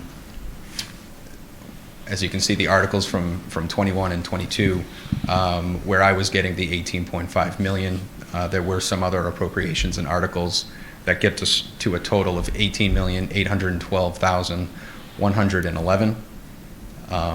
We show the costs of the bid results. That's inclusive of the total project budget. So that's inclusive of all the soft and hard costs of the 18,284. We do show the PV system with the roof and solar panel at the 290 to show what the subtotal would be if we include that into the project and what the surplus would be of the appropriations that we have on hand. And just what, if I could just add to what Brian said, I would note we, one of the things that we'll be coming back to the annual town meeting for is to reallocate some of the funding. We have a lot of money into design right now, and we can transfer that over to the entire project cost. So that's something we'll probably be doing for May. Pretty much just a simple accounting piece, but all staying within the existing project. I would also note, I had a chance to talk to some of the members about this, that with the solar system and getting the panels up on the roof, we do believe that, I mean, at least from my perspective, that the cost of putting this in now versus having to come back afterwards and the remobilization cost associated with that is probably something that looks like we can afford based on our current budget. And so as Brian pointed out, that's an ad alternate, and it's an ad alternate that we can accept. So we'd be looking for some guidance from the board tonight in terms of what, what you would be wanting to direct me, because we have to move quick on this. Sure. The bids, the sub-bids came in, I think, in October 11th, which gives us to November 11th to execute contracts, which would mean that my hope would be tonight we would get your approval to move forward to allow me to then, on your behalf, to move with and basically sign off on those agreements so that we can proceed. So, so the question, or really two questions. It's a question of the overall project and moving forward with that, as well as the solar panels. And I will say, one of the things we were also, Brian and I were also talking about, and I don't know if this cost is in here, but having, with the solar, using a battery backup is a way to provide backup power. It is not. Is not. It is so not. that So would that be a would be something supplemental that piece too. So I want to. Would have to be contingency based. Right. And so I've engaged with the design team to explore options on backup power for this building as well. Right. So we just want to make that clear to you, that because one of the things that I think that was cut out of the project or the design earlier was basically an on-site backup generator. What we talked about was looking at an alternative of basically using the solar and having batteries in the building as a way to provide for backup power in the senior center, but again, taking advantage of the solar and putting that into the scope of work at the beginning of the project. So do know that this is not, will not be the the final end number, because if we do look at some sort of battery backup here, that would be something else. Sure. I will say the caveat as well is that one of the benefits of going CM at risk that we're doing on this project is it's all open book with the contractor. It's something that me as the OPM gets to review. There's some allowances and holds that are part of this guaranteed maximum price that we track throughout the construction process. At the end of the project, if any of those costs are not used, they get turned back over to the town. So we had a successful project here at the library. We were able to turn some money back to the town at the end of the job. Obviously, we don't want to sacrifice Liz in programming for the sake of saving money, but at the same time, we want to make sure that we're watching every penny in this GMP, and if there are any funds that can be turned over, then we'd like to do that. So talk to me about, so say you put the solar on, grants come in for it. I mean, we're bound to get I know you're working on that. So that money that saves from that grant, can that money be used now? We can talk about generators or batteries, or does that money have to go back to the town, has to be reallocated? Yeah, so the way we probably deal with it is that, and Mark had talked about conversations he was having with Senator Eldridge about pursuing that. We should absolutely be pursuing that. So my sense is that by the time we should know about any grants within the next couple of years, but by the time we actually complete the project, we should be able to use this as a credit against the overall project cost and then place it hopefully against the solar panels. Yeah. And I know that there was discussion of you and Liz kind of talking about a priority list of that. If that money does exist, what's your top thing that you want it to go towards, and kind of? Absolutely, something we'd be doing kind of milestones throughout construction. Before we put anything in, we want to make sure if there are available funds to maybe put back in some of the material cuts that we've done previously, that we want to address it and bring that up to the committee. The only caveat I wanted to bring up with the PV system as well is what we did here in the library is we did not have the funds for the PV, and so we had to design it and put it out to bid separately. That could be done here. We do run the risk of that $290,000 becoming $400 now because it's a separate bid. Unfortunately, here for the library, we had to put it out several times, and we got one bid from a contractor in New Jersey, and it was higher than what we were expecting. So. Yeah, so the idea of there being is we've already have the number in hand.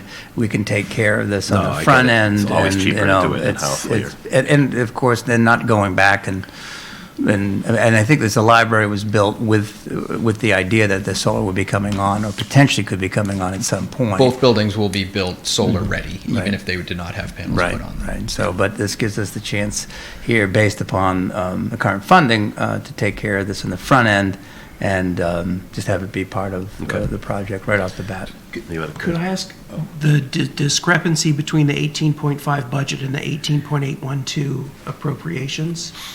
Where's that $300,000 coming from? So a lot of that is, if you remember, Matthew, from the, if I may, Mr. Chair, to also that's closing, you remember for Article 11, we closed out the Senior Center Stabilization Fund. So part of that were funds that were essentially gaining interest. And so with that, we were able to take advantage of that mainly through interest. So that would almost cover the solar, I guess. Almost, yes. Okay. I'm in favor, obviously, of doing the photovoltaics now. Yeah, so what was the reasoning for the generators being cut? So, because by definition, the senior center would be a cooling center, a warming center for. So that was a decision was made, is that it was not going to be used as a warming and cooling center. This was with the previous town administrator when we received our first estimate on this project with the size of the square footage that we had in this building. One of the first things that was proposed to be value engineered out of it was the $260,000 generator as part of this project. That at the same time is when we also discussed going full electrification of this building. So there would be no fossil fuels that are being brought to the building. If a generator is to be brought on, it would have to be a tank diesel generator that would be there. And then the hope with it would be, if we were to sort of pivot to using a battery backup on this, it would still give us the capacity for, I mean, Brian, I'm not sure how much, what a battery capacity, depending on how we designed it, how long. Yeah, and I don't want to speak for the electrical engineer. I do have that out there. My hope and intention is to have multiple options. And if we need to, during construction, we could put out pricing through the contract to find out what those costs would be, and we can bring that back up. But Chuck, I guess to the point, it's still trying to get to the same point of having a backup, but doing so in a different manner. So that decision was made by Anthony. I was yeah. in on those meetings, and I think one of the points was that compared to the size of the schools or other places that we could use as heating and cooling centers, this building is small. Yeah. So it would be more cost-effective to use one of those buildings as a heating and cooling center potentially than this. What buildings do we have? I know the middle school has a large generator. What other buildings do we have that? Oh, I guess part of the new Fire school. station, police station. Yeah, potentially the new school would have to probably have some backup power to it, but offhand, Chuck, I'm not sure, but. Do you know? I do not. Yeah. Can Liz, she raising her hand up? Oh, She sure, has- Liz, I don't know if please. She knows, or? Do you know the answer to that question? The heating and cooling performance centers? Yes. Right now, it's the fire station and the police station, mainly because they are staffed 24/7, I see. whereas this senior center building would not be manned 24/7. So in the beginning, that was one of the reasons why we did cut that generator out. Okay. As far as no fossil fuels, so we're not going to use gas stoves for the kitchen? Does that work? Yes. Induction. I just remember that when we went to Groton, they said, whatever you do, make sure you get gas. It was one of their instructions. Well, they will have our electric, though, the same. It's not about the cost. Pardon? We currently use electric in our kitchen manager. It's okay with it. Okay. Just speaking to the cost of the solar panels, I've spoken with Senator Eldridge, and they're potentially going to put in an earmark for these.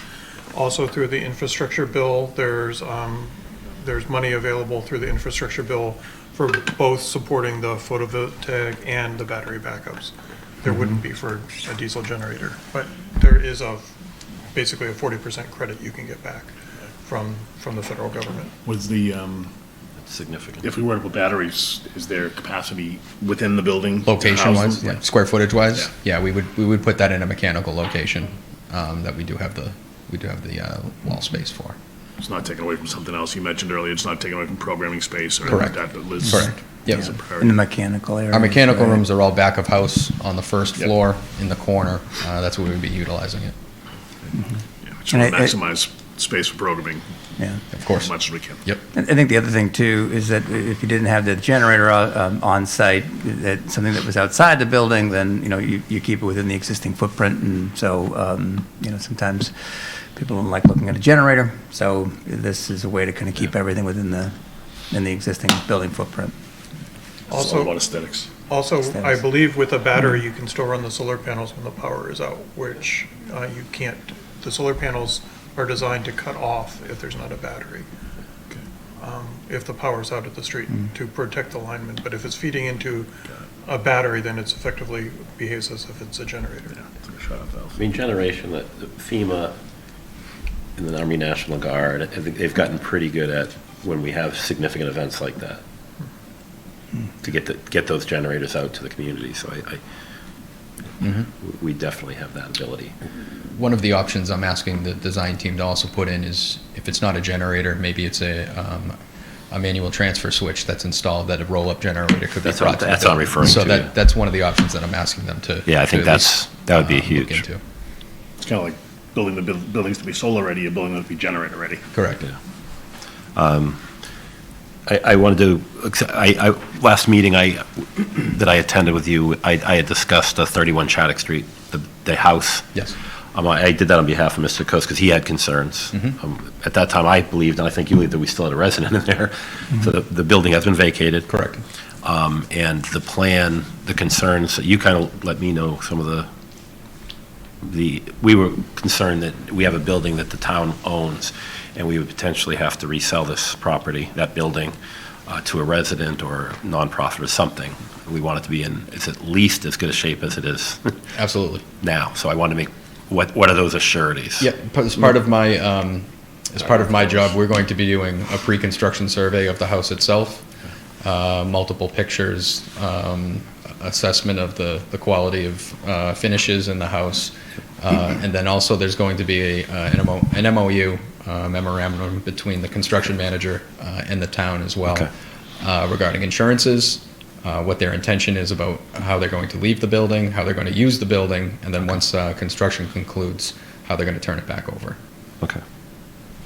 Yeah, 'cause there's beautiful woodwork in there, there's Yes. nice hardwood floors. Yep. So. Well, I mentioned the worst day. What's your worst day with mud and everything? Yeah, that's exactly my hiding. for sure. That was my concern. Absolutely. Work boots.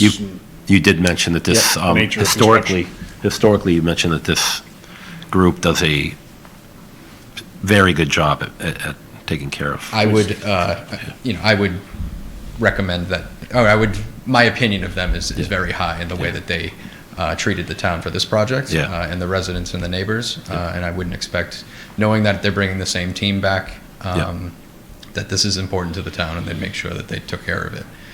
There is another item in that house. As part of this project, we'll be digging up part of their leach field out back in their septic system. So we do have some contingencies built into our budget in order to redirect some of their sewer to come out and possibly tie into the new force main in Shattuck Street. So that's something we would engage with the town when the time is right, when we have our plumber on site, and we can work with Littleton Water as well about how that's going to work. So that's not part of the plan that's being discussed right now, because I would imagine if we own that, it absolutely should be tied in, and that absolutely. We know it needs to be tied, yeah, we know it needs to be tied in. My understanding is that is the plan, to be able to tie Thought so. 31 Shattuck into the system, and then it's part of it. Let's yeah. make sure the pipes don't freeze in that house. Thank you. That was one of my first order of business as well, is to make sure, now that the tenant is vacated, if the contractor is not planning on mobilizing to a certain date, to let us know, but also be engaged with us on getting that building winter ready before you do move in. We had an issue with another house in town that the oil ran out just because it was extra cold, and catastrophic damage ensued, so. It wasn't a good scene. Whatever We're working happens on in that, town Matt, stays yeah. in town. We don't want to discuss that. Any further questions from the board? So Mr. Sanders has his hands up. I just want to see, do you have a comment or question, or? Yeah, I have a comment, Mr. Chairman. Sure. Sure, Rob. I got you. George Sanders, 672 Great Road. Mr. Chairman, if we're going to spend $18,000 plus dollars, $18 million plus dollars on this senior center, I suggest that we make this senior center a location for emergency, that if it's going to cost us $260 to put a generator in there, put a generator in there so that we can have this facility to be used for emergency in this town. It doesn't make sense not to make this building for emergency capability when we're spending that kind of money and we're talking about just a few $1,000s to make it that way. Right, thank you. And I suggest that you do it because it is the smart thing to do, because the reliability would be that the people would have a place to go, and if they're already there, they don't need to leave. Thank you. Mr. Houston. I'll be quick. Thank you. Rob Houston, 55 Jennifer Street. I'm a member of the Sustainability Committee. Yes, sir. I want to commend the design professionals and others in town who have incorporated the solar for the roof, and I would advocate, I know you haven't voted on it, but hopefully it's unanimous, that solar and battery be included. I think it's the way we need to move into the future, and we have to protect our environment and continue to take steps to do so. Thank you. Thank you. Thank you. Okay. Does Liz have anything to say? Anything, Liz? Do you have anything to add? I know you've been briefed a million times. And I see most of the COA, if not all the COAs here, so. And PMBC. No, I know. Nothing to add? Are you sure? So I'm just looking over the motion here, and it doesn't say anything about I'm just asking what we want to do about the solar panels and the battery and things like that. Just say- We're just saying, Yeah, I mean, I think I've received direction from you here, so I think that's implied within the motion, so we'll that seems to be, unless I hear anything other. But let's be clear, like, we're saying we would like you to pursue both the battery and the photovoltaic systems to be part of the initial build of this, if possible. Is that accurate? so moved. And then maybe, what you could do, Mark, is then inclusive of the solar panels and backup battery system, so at the end, so. Okay. I'll try that. Move the select board vote to authorize the interim town administrator, Ryan Ferrara, to execute all necessary documents to issue a notice to proceed to the construction manager, Commodore Builders, for the Center on Shattuck Street Senior Center project, including solar panels and battery backups. Second. Moved by Mark, second by Matthew. All those in favor? Aye.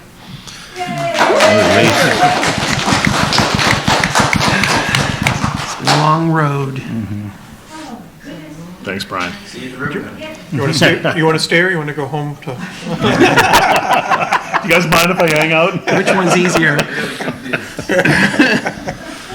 Thank you, Thank you for staying. Appreciate it. Appreciate all your work on this, too. Continued work. Thanks, Steve. All right, moving on. We have a vote to renew lease with Veterans of Foreign Affairs, VFW Local Post 6556 for 1 year through November 30th, 2024.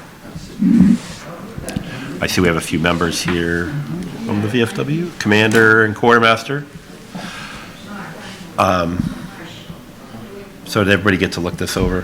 When, for Matthew and Chuck, I guess, when did this begin? When did we? I don't know. It was in place when Predates Matthew, yeah. when I came on the board. This is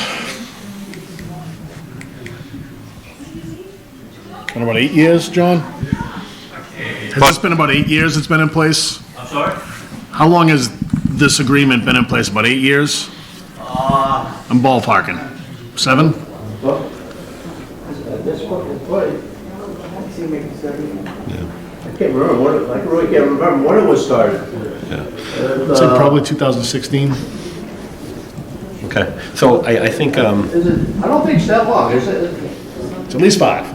It's 5, No, at least it's- 5. before you, so. it had to- Before me, it has to be right, more than right. 5, yeah. Yeah, it's 5. All right, so I guess, a previous board put this in place. I remember when I was on the finance committee and this initially happened, a lot of the VFWs throughout the region were, and legions as well, were running into, well, they're not just membership problems, but being able to support the veterans appropriately.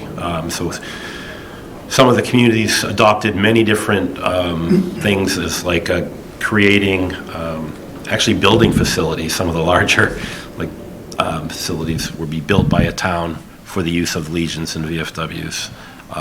There's other communities that have gift options that they do yearly. If I remember this, when it came into place, the lease way, this way was more of the VFW being able to give back something for the use of the facility. Is that correct? So the town is able to utilize anytime the facility for meeting space or whatever. Now, can you talk a little bit about that, I guess, on Yeah, sure. what? John Borowski, quartermaster, VFW, 7 Brant Lane, Littleton. Yeah, we offer it to the schools to use for whatever they want, fundraising or whatever. We've offered it to various organizations, nonprofit organizations around town, if they want to meet, and I know there are several of them that use it. Rotary Club being one, once they do one at least twice a month when they're there. So it's good. It's good to a small place to meet and do your business. Yeah. We have the football teams have been having spaghetti dinners there before their games and stuff like that. So it has helped. I know just from a service standpoint, serves about 100 veterans that are members of Between the Legion and between the VFW and the Legion, yes. And then about 100 of us. Littleton specifically has about 450, 500 veterans. I know of 378. Okay. That I know of, according to the census and stuff like that. Okay. That I know of. Now help, because I mean, I know some of this, but I wanted you to share it because on what is the service outside of the meeting places, obviously, for those two organizations to meet? What's some of the services? Could I ask my yeah, please. New post commander? He's got some ideas. He's got some good ideas to do. And just historically and what? Good evening, Michael Kiernan, 18 Westford Road, Air. As the new commander, just previously elected about 4 months ago, we are trying to do more community outreach. The VFW, in its past, has been known as the local bar, smoking place. We do not want to be that. We want to be more. We currently engage in multiple scholarship funds for the VFW itself.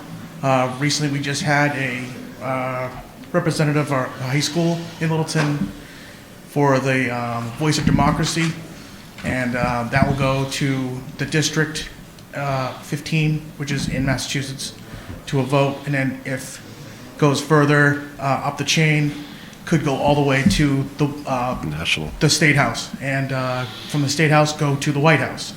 Actually get to meet the president and everything if they go so forth.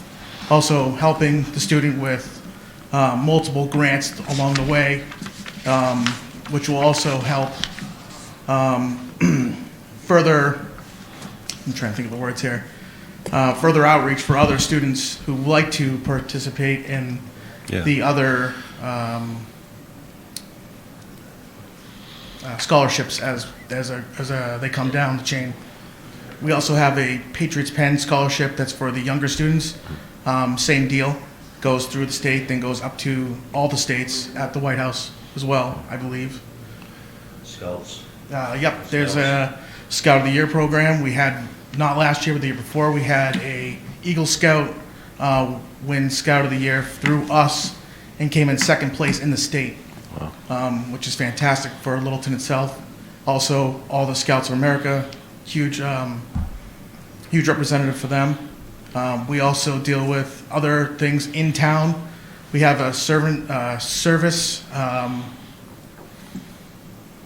award that goes to either police, EMT, firefighter, which is would be due in January. Recently, we've also in the past we've had Teacher of the Year. We had a teacher. Is it Beth Morgan, I believe? Yes, Beth Morgan, a couple years ago, win Teacher of the Year through our district, who we have celebrated through at Flew Littleton. So we're not just out for ourselves, we're also help the community.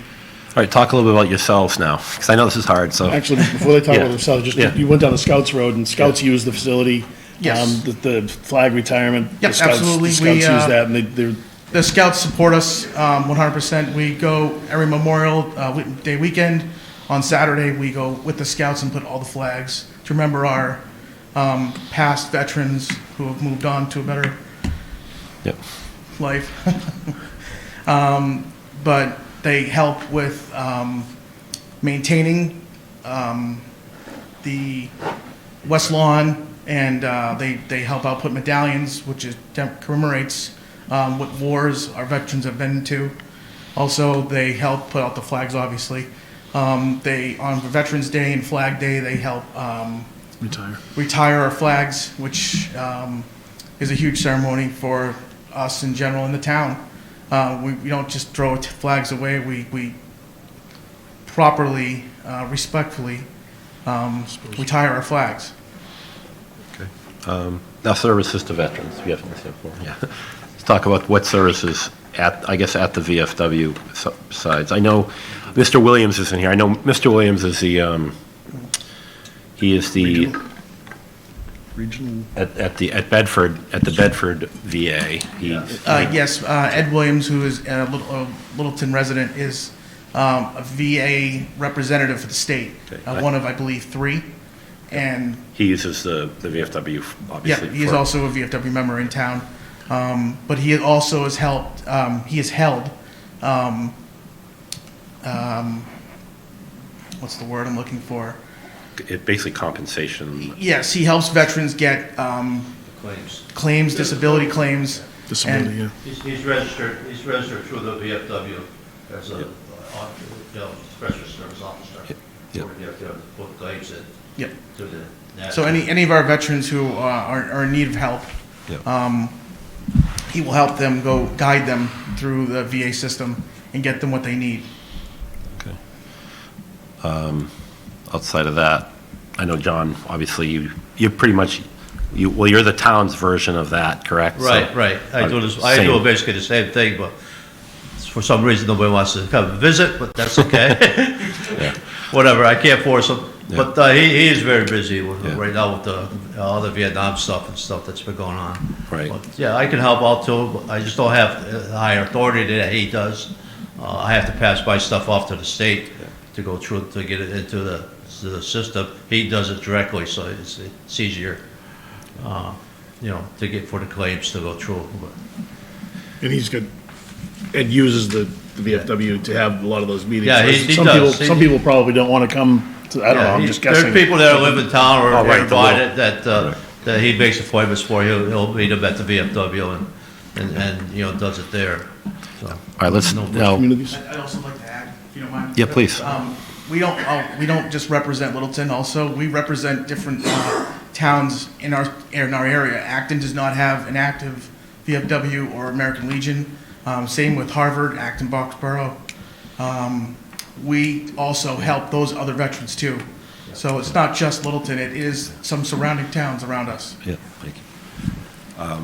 So now let's get the $10,000 a year lease that we're authorizing, I guess.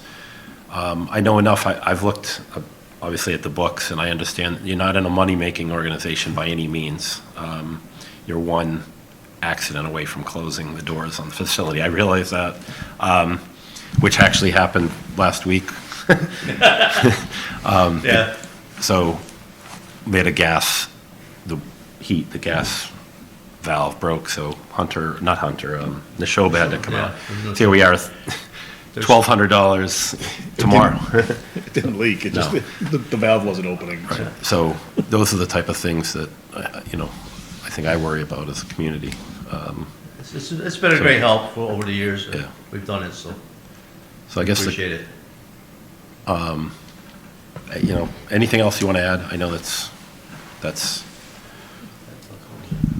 so I would say that this happened, I know Mr. Knox is in the crowd as well, under that board that initially pretty much rescued the facility, and saved this from having to close its doors and veterans. I don't know where the service ends up, but if there's another craftable way outside of a lease, I think the lease is a great idea because it kind of gives something back where we can utilize that facility as needed in some of the organizations that you had mentioned, but I think it's a very valuable asset. I've seen some of the veterans, be That have benefited. yeah, and I've assisted veterans there as well. So I thank you guys. So, but I want to open it up for questions. I'll play the bad guy on this. Can you tell me, I'd like to know actually the statistics of how many town organizations take advantage of this lease. I know the Boy Scouts and Girl Scouts can't use it because they're not allowed to use facilities that have bars. So they can't actually hold meetings there. Oh, is they my hold meetings. understanding. No, they hold meetings all the time. We do have I've been told. we Yeah. do have a room in on the side of the bar that's not affiliated with the bar, So- that they can use, and they have in the past. Okay, well. The schools are okay. the same way and they use it. Well, okay. I spoke to Diane Corey about it, and she confirmed that, because I had the same question. I asked Katrina, and she says Girl Scouts of America says they're not allowed to use it because there's a bar attached. Yeah, that's the Boy Scouts rules, that's not ours. They're not allowed to do it. Yeah, the bar's on one side and the Yeah. function hall's on the other. It doesn't make any difference if it's in the building with them.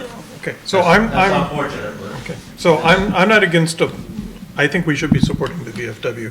I just don't know if this is the best way and we should be doing it outside of the normal budget process. This is doing a lease outside of the budget process.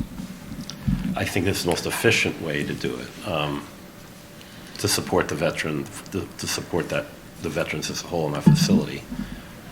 Because I'm saying with you, I wanted to look at, well, what's a better way to. Well, it's been included in the budget. It isn't, it's definitely in the budget. Since it was implemented, it's been included in the budget. It's not hidden or anything. But now this is basically committing us to including it in the budget, and it's not put up against every other thing that's being evaluated in the budget. Yeah, Mark, now, I'm gonna try not to be offended. No, this is an off-cycle compared to the others, right? This is committing us past this fiscal year for money in the next fiscal year. I know it's small money that we're committing, but it is outside of the normal budget thing. If we vote to sign this, we're committing, I mean, it's only $5,000, but it is something. It's a vital resource to me, that's why I'm not disagreeing with that. Okay. I'm just saying it's outside of the normal budget process. So when, It what, has been for 5 or what 6 time, years. when would it need to be, when would it need to come up to fall within the budget cycle specifically? July 1st. July 1st. But it's in the budget every year. No, only half of it is currently budgeted. We voted a fiscal budget for $10,000 last year that will pay for it this through July 30th. It doesn't pay for it after July 30th, or June 30th, I'm sorry. Okay. I see. That's my But point It's is, still 10,000, why, it's 10,000 a year that gets budgeted. yes. But So the town votes on 10,000 a year. Like, Right. I see what you're saying, but. The lease almost is in an off semantics. cycle from the. Right. yes. I would like to hear, I know Mr. Sanders. The original lease was dated back to July 1st, and that's what, Yeah. that's what it was, we should be renewing it. But I don't know why it's always been. Why did it? Why it always comes up in November or not, but it's, that's originally, that's what it was. Originally, it's done in November, but it was dated July 1st. We backtracked when we first did it. I would also argue, I mean, you said that you support 3 other communities that don't have these, and I would suggest you actually go to their They've been reached out to. towns and ask for money from them too. I mean, I feel like this is fairly effective way of supporting the VFW, which I think we owe it to veterans and the residents of the town to support them. I guess my only concern would be like what accountability is that this money isn't being used to purchase bottles of scotch that are then getting shuttled out the back or whatever. Yeah. I mean, I'm being funny. Speak but to like, that, because you're under some strict rules on accountability with the Board of Trustees that has to. Oh, yeah, the trustees have to approve by expenditures every month. Who are the trustees? There's three members to the trustees. They're Louis Rocco's one, Gardner Stanford, and Ray Hennessy is the 3 trustees this year. They're not associated with the bar at all. Are they appointed or? They have to. They have to. They have to. They're elected by the VFW. They're elected Okay. by the VFW. Yeah.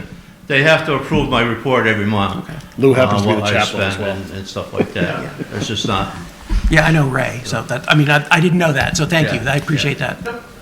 I guess, Ryan, a question for you before I let Mr. Sanders and Rob speak. What do we have to do to get this back on a normal cycle? Because Mike does bring up a point. Theoretically, if town voted it down, The second half would go away. you've basically violated a lease. Well, it's always subject to appropriation. Is it subject? Is that in the Yeah, lease it itself? should be. I mean, anything that we do is always subject to Okay. appropriation. That's important. Okay. Mr. Sanders, did you want to come forward, please?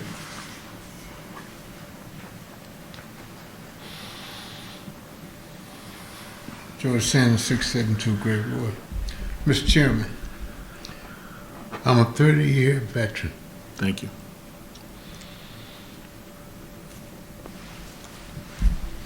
I'm sort of kind of a little bit heartbroken here to know that what our veterans go through to serve this nation, that we will have a community that will quibble about supporting them in their needs.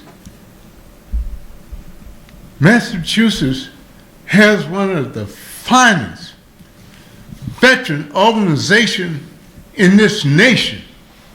There's no other state that does for veterans like Massachusetts. And I say that if you think it's a big issue about helping them, maybe we should put it on the warrant and let the people of Littleton say how they feel about the veterans here in the town of Littleton. We deserve, because we have given, and the little money that we talk about, the state gives us more than a little bit that you're talking about. They even help the veterans in sending money back to the state, back to the town, where you give veterans credit under the certain regulations of the state. But to help the VFW over there, they're helping veterans. And let me make one thing clear. It doesn't matter where it's a veteran that is in Harvard, Groton, Westford, or whatever the case is. They're not helping the town, they're helping the veteran. That's what counts. It's the veteran that you're helping. So we ought to be proud of ourselves that we are here and doing something helping the veteran. Thank you, Mr. Chairman. Thank you, George. George, thank you. Mr. Houston.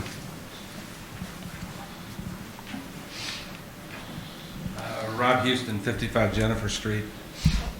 This is about the biggest no-brainer ever.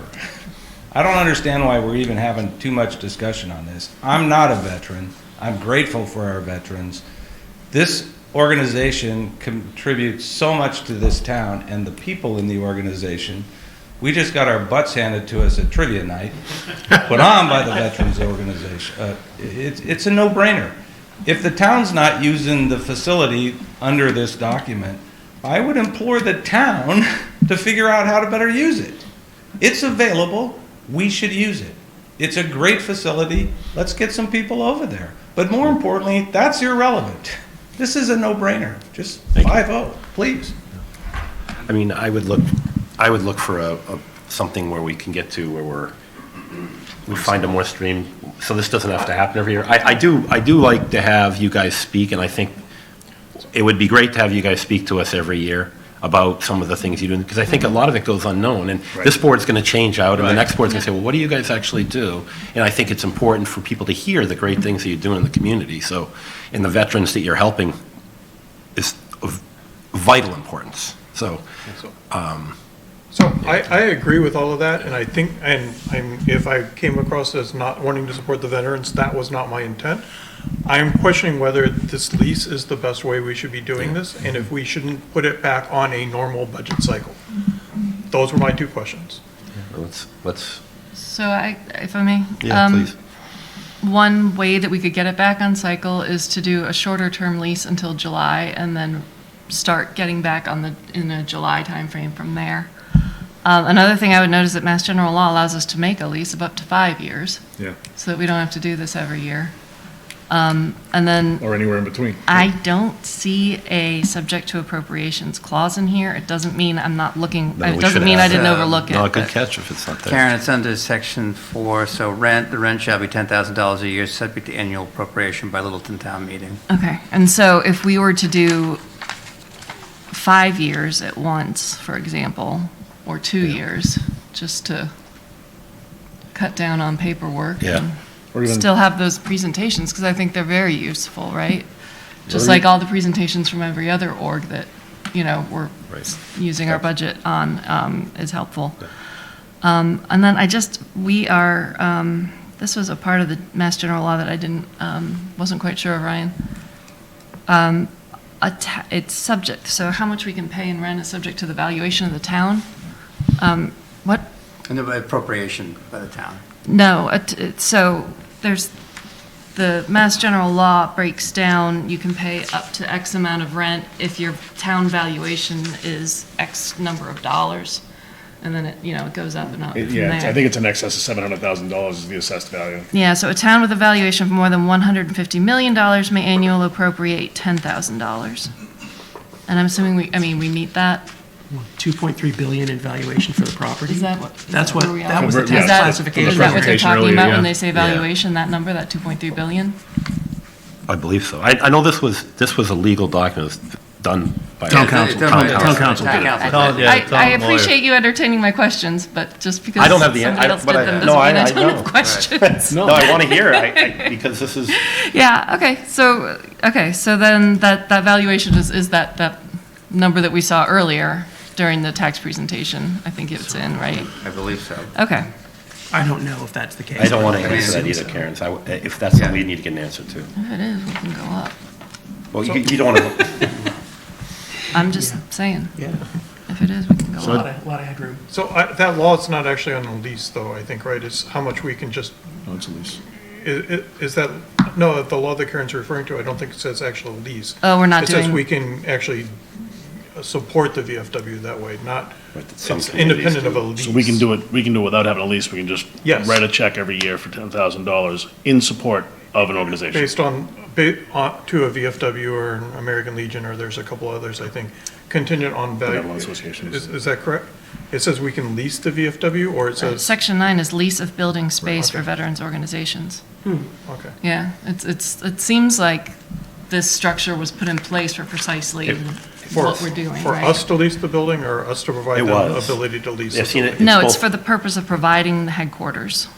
I've seen it done both ways. I think, What is no I lease? mean, Lowell is recently, I think Lowell's What? just paying $4 million to build a veteran VFW for the veterans. And- You want to know what the valuation is for the V right now? Oh, no, it's not about the VFW. No, it's property. I not know about the it's- VFW. We know it, probably 7, 8, 900, I don't even know. If you actually read that law, it is the most confusing, It's convoluted. I know that, run-on sentence that you've ever seen in your. I know that Yeah. other communities utilize this exact Yeah. model. That's why the attorneys, I think, put it Yeah. together, so. But there are This some is- communities that don't have a lease, and it's just.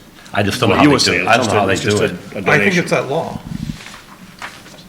Yeah, so, Going back to Karen's point about up to 5 years, I mean, I propose that if we are in favor of doing that, let's go to like July of '28. That way it's 4.5 years, which gets it back on that July cycle. But you would have to have the contingent but piece in there. we could go to, so to get it in cycle, we would need to go first to July of '24, I think. And then when we're in cycle in '24, then we can appropriate enough funds to go for a multi-year contract. Because then we That's have what to do wanted $50,000 to do a 5-year contract. $10. Well, it's subject to annual. It's subject to annual I think we could do appropriation. July of '28, I think so too. Okay. July 1st of '28. Because it's always subject to appropriation. Correct. Yeah. But we just said that language is in there, but we're going to put. No, It- no, Ryan pointed it out. It's in It's in there. there. It's in. It's in there. Okay. Yep. All right. I mean, I think that's a decent solution. Um, We still have to appropriate it every year. None of us have any objection to supporting this. It's in know. 4 equal payments. Oh, that's interesting. And I think a good So it time to should do, say you- quarterly, So we pay it quarterly quarterly. payments. It should be changed to quarterly Oh, it's payments. two. it is quarterly. Is it quarterly? Yeah, that's what it's in, I that's what's in think, there. I think this is a good meeting yearly, right before Veterans Day, for you guys to maybe present what some of the great things, or, some of the things you did. in the Yeah. community. I think this is probably, Or before Memorial Day, because it's coming up at the budget or cycle. Memorial Day too, yeah. You know, I just think it's probably, because we need the to get you guys in appropriation front of part. us. I think when you come in to do your request for the Veterans Day event, Yeah. maybe that's the time when we get We a got, yeah, present. yeah, It's just a this- short, don't it could be forget a one this coming slide, Saturday. a one slide thing, or, It's Veterans Day, so. that's Yeah. correct. So, thank you, plug that, please. because Yeah. that's important. 11 at 11. 11. Right. Yeah. Common. Yeah. On the Center in town, on the common. With a barbecue, not barbecue, but a Luncheon. Luncheon to Luncheon follow at the V afterwards, yeah. For all those that like to come down. All right. So, what do you guys think? I say we go to July 2028. Extend the lease to July 2028. So that's, all you're changing is the termination date. Or Well, not the subject. termination date, but It says 4 equal payments, so we'd have to change some other things about in the wording in the lease as well. Change it to like quarterly payments or something like that. Because it's not going to be 4 equal payments, it's going to be, 16, 14 equal payments or 18 equal payments. well, you could just put per year, 4 equal payments Sure, per year. okay. 4 equal. except for the last year. Anyway, So what I might recommend, I think there's one more meeting that you have on your former schedule. We can revise this for a five-year lease and do it that way if you'd like. We can approve it and you can change it, too. We can do that, too. Yeah, I think that's the way to go. subject to approval by town council for something like that. You got all that? Yes. So this would just say November, Move that the select board vote to approve a lease extension agreement with the Littleton Veterans of Foreign Wars Post 6556, Inc., a Massachusetts nonprofit located at 21 Taylor Street, for the non-exclusive rights of access to the property for purposes of holding meetings and other events beginning November 30th, 2023, and expiring on July 1st, 2028, subject to form by town council. Second. If I could, that should probably go through June 30th. to match the fiscal year. June 30th, Yeah. 2028. as amended. Second as amended. Moved by Mark, seconded by Matthew. All those in favor, please say aye. Aye. Probably. Thank you. Thank you. Thank you. Thank Don't you. forget Saturday. Thank you for staying out. Thank you for staying out. Thanks I'll be very back much. every year to tell you all about the Yes, stuff. as long as you're Yeah, commander. please. Thank you. Thanks, Michael. Thank John. So Thanks, we'll be- Rob and George. So instead of having you sign it tonight, we will have to rework the agreement and then get it out to you via DocuSign. So, but same Thank you. concept, so just would not have you sign it tonight if you don't mind. All right, discussion regarding select board office hours. Here we go again. I leave it on here. Yes, We should do office hours. yeah, Sorry. yeah, I vote yes. All right. I think I put it on here because I had talked about, do we need to do this weekly? Do we need, I mean, that's where I was at with it. Is it a weekly thing? And I think, Karen, you had mentioned that you had a few people come. I did. I mean, I've done it twice now, and Okay. I had one individual, and you shut up one time. I've just to bother me. I've had someone show up every single time I've done it. So I guess I'm, Okay. I don't know I'm whether just- it's because I post on Facebook and people read it and see see that, Yeah. maybe that's the reason that they show up. So I have no problem doing it once every 5 weeks. I will continue to do it Okay. once every 5 weeks. But however you all want to, if you all want to like do it, skip one. I'm actually trying to make it easier on Lisa. Lisa, yeah. Because I know Yeah. it's a pain. The schedule's I didn't want kind of this a to burden her by having to Yeah. remind us every single week. Hey, who's Well, we on? should just organize it ourselves. I agree. Can we make our An own, office can we calendar. get an Outlook calendar? We could do a lot of things, but it Fine, probably leave should, him on. I mean, no, I mean, it really should be organized. I mean, that's part of what's the problem, I think, it's that, Yeah. whatever it is, everybody's doing it at different dates and it's different times. So, I mean, we're happy to organize it, I think, because administratively, I'd suggest to you that it probably makes sense to go through our office. I mean, the issue isn't necessarily Lisa her willingness to do it. It's just, it's just your capacity to figure out, okay, are we going to do this weekly? Are we going to do this monthly? Who's going to cover what shifts? Because sometimes that's been forgotten too. So, we're happy to indulge whatever you want to do. It's just, you just got to come up with a plan and stick with it. That's really Can what Lisa we're put asking. out a tickler on our Outlook to remind So us? let me just say this. I mean, I think each one of us probably gets a number of phone calls, number of emails, for sure. text messages, whatever it is. And More as the and chair, I- by the way. My God. Pardon? I said more as the chair, by the way. But- Yeah, surprise, huh? My goodness. But, I mean, I'd say I meet with no fewer than 3 residents a week, and that's in person, and then there's a number of calls and emails and stuff that we do. So I don't think that's a matter of us not being available. I do like the idea of doing it, but I don't know that the frequency needs to be weekly. I just, and I've obviously demonstrated that It's tough for you. I have a know. tough time I know it's tough. during the week doing it. I have done it on one Saturday, and I missed my last one, but, and I'm willing to, if we decide that we want to do it on a weekly basis, then I'll do my best to be, like you said, once every 5 weeks, I'll do it, and it's going to be on a Saturday, which messes up kind of the routine, so people, Yeah. and I don't post My- much my- on I think- Facebook. If you, I mean, if you're meeting with people and it works for you, like, I don't know that we need to formalize the fact that all of us have to do it. Like, This is true. if we experimented with it and it didn't work, let's change it to be ad hoc. I will post. Who can do it this week? And then if you can't. Let's go from there. You can't do it this week. We don't have anyone available.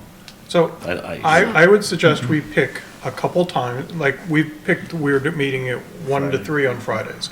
But if others can't make 1 to 3 on Friday, let's pick another time and say, the first and third Fridays, we're gonna do 1 to 3, and some other day, we're gonna do Tuesday from 6 to 8, or Saturdays from 2 to 4, or whatever you wanna do. And pick 4 times that we're going to say, these are the times we're gonna be there, and then we can work out a schedule well in advance so that it's not like at the last minute Lisa's struggling to find someone. We all know when we're expected to be there, right? And I do think they're valuable because I meet with different people in the office hours, people that would never email me and never call me. That's a good point. So I think they are valuable, and I will continue to do them, but I think if we actually just nail down some times and says, this is what our schedule is, and I agree, every Friday, 1 to 3 is not the best schedule because people will work and can't make those times, so we should pick another time as well. And What if at each meeting, just before we did the minutes, we just did the next 2 office hours? like that. Based on the last person who did I it like and who that. hadn't been doing it. It'd help be my reminder, for sure. Yeah, I mean, that would give Lisa a week of warning minimum, because we do it for the fall, the Friday. Right. What? Yeah, and so I can tell you what works best, I think, for us, is just, if you Lock set- it in. Yeah, just figure out where if you guys can work it out together, where you say, okay, Chuck, you're going to be more of a Saturday, that's fine, and then if you can, whenever, and then. I'll go into the rotation and I'll try to it's just schedule that- it. Just 'cause schedule it's them 2 hours on a Friday is. Well, right, because I think, Matthew, what's going to Who happen says? is we're going to inevitably forget, and there's going to be, so that if the more we can, lock in a schedule of where it's just something it's in everybody's calendar. I think we're going to keep it on Fridays, but. Can we do it at the original? You can. One to, somewhere that, like you said, it can be continued on Fridays, maybe just from the 1 to 8 model. It's going to always be, so people can at least count on that. Somewhere between there, we're going to have a 2-hour block. Where are we right now in the rotation? The 11th is me, so next week is my week, because I traded with Mark. It's 11th Saturday, right? I believe so, or maybe Yeah. it's so this week is mine, I guess. So Friday's yours? Yeah. Friday's a national holiday, right? Yeah, Federal right, holiday? so- I don't know if the library, and then Is it? the library, Okay. the library probably won't be open. The library is it open because they're Is it closed open? on Saturday. Okay, all right. Well, the other thing we could do is, based on that, we could even try to send out a draft, a draft set of dates and. That would be the easiest thing for me, then we can all just fill it in. All right, yeah. That's, okay. because my problem is I forget what I'm on, and I don't have, Okay. whatever reason that Outlook calendar I get, every Right, time I click and I right. get I a. mean, yeah, again, I'm not trying to come across as curt, but that it's just that. No, I've seen Lisa Having that, gets because we're kind frustrated. of like the tail at the end here, and it becomes, I don't want to leave any, just like you, I don't want to leave any residents waiting for someone to show up. who's No, and not I know gonna that's show up to happened. the meeting. So So, let's lock it into a Friday.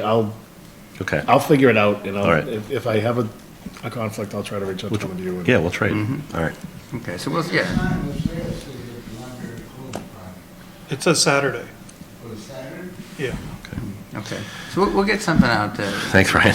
Keep it, I mean, is 1 to 3 good, or 1 to 3 earlier, on later? I'm going to do 1 to 3. It's a weird thing because it is during the workday, so I have, something could happen on Friday where I can't be there. Yeah, But that's something, I can play that by ear. When if it Yeah. happens, I'll. You got one more rotation. I know. Okay, but we could, Chuck, we could throw in some Saturdays too. No, leave it alone, because I literally I had somebody, actually, Anna came by on the Saturday towards the end of the 2 hours. But Okay. Okay, all right. I should have kept that in confidence. I'm getting it. I'm getting As soon as this- we find out my I want day, this Rob, off we'll the let you agenda know. so bad. You Back row. Yeah. Especially if it's a dirigible, right? I got other places too. All right, I'm going to move on to the discussion regarding the liquor license proration policy. I as like many of you, I think, I was surprised to find that we don't prorate And that's- existing yeah. liquor licenses I that are think just- beer, wine, and then they're moving over to liquor, that we just, boom, hit you. It could be one day before the end of the year, and you're going to be hit with a Yeah. $2,000. And then just to say, so this came up, I think, with the Yeah, most recent we're going through application. one. So, and it's mainly because it's something that we haven't come across a lot, so Ever. as such. Not my tenure. Yeah, I mean, so, and that's my understanding and talking to people in my office for it. So I don't think we're necessarily against any proration of any sort. It's just more of in Discussion. the absence of any other Policy. then, we are otherwise compelled to charge the full rate. So, if the I don't board think is- anybody in your office did anything wrong. No, I think no, they just no, said, that's this is what it is. Yeah, And, other than, if we didn't offer something different, then. You guys understand the problem with it? Yeah, so Okay. can we just state our policy is to prorate it based on, and just do it tonight? Yeah, I think there was a divided by precedence. 12 or whatever, I mean. I think we have a precedence, because during COVID, we waived common vic Yeah, licenses, right, liquor that's licenses, right, and, that's just right. to And help all out those- small businesses. All those fees are up to you. You charge the Correct. fees, so if you want to do anything, it's just a question of how you go about. This happens proration. once every 5 years. Not even. So, it's not even a. So, liquor license is one. Are there others that were in the same boat?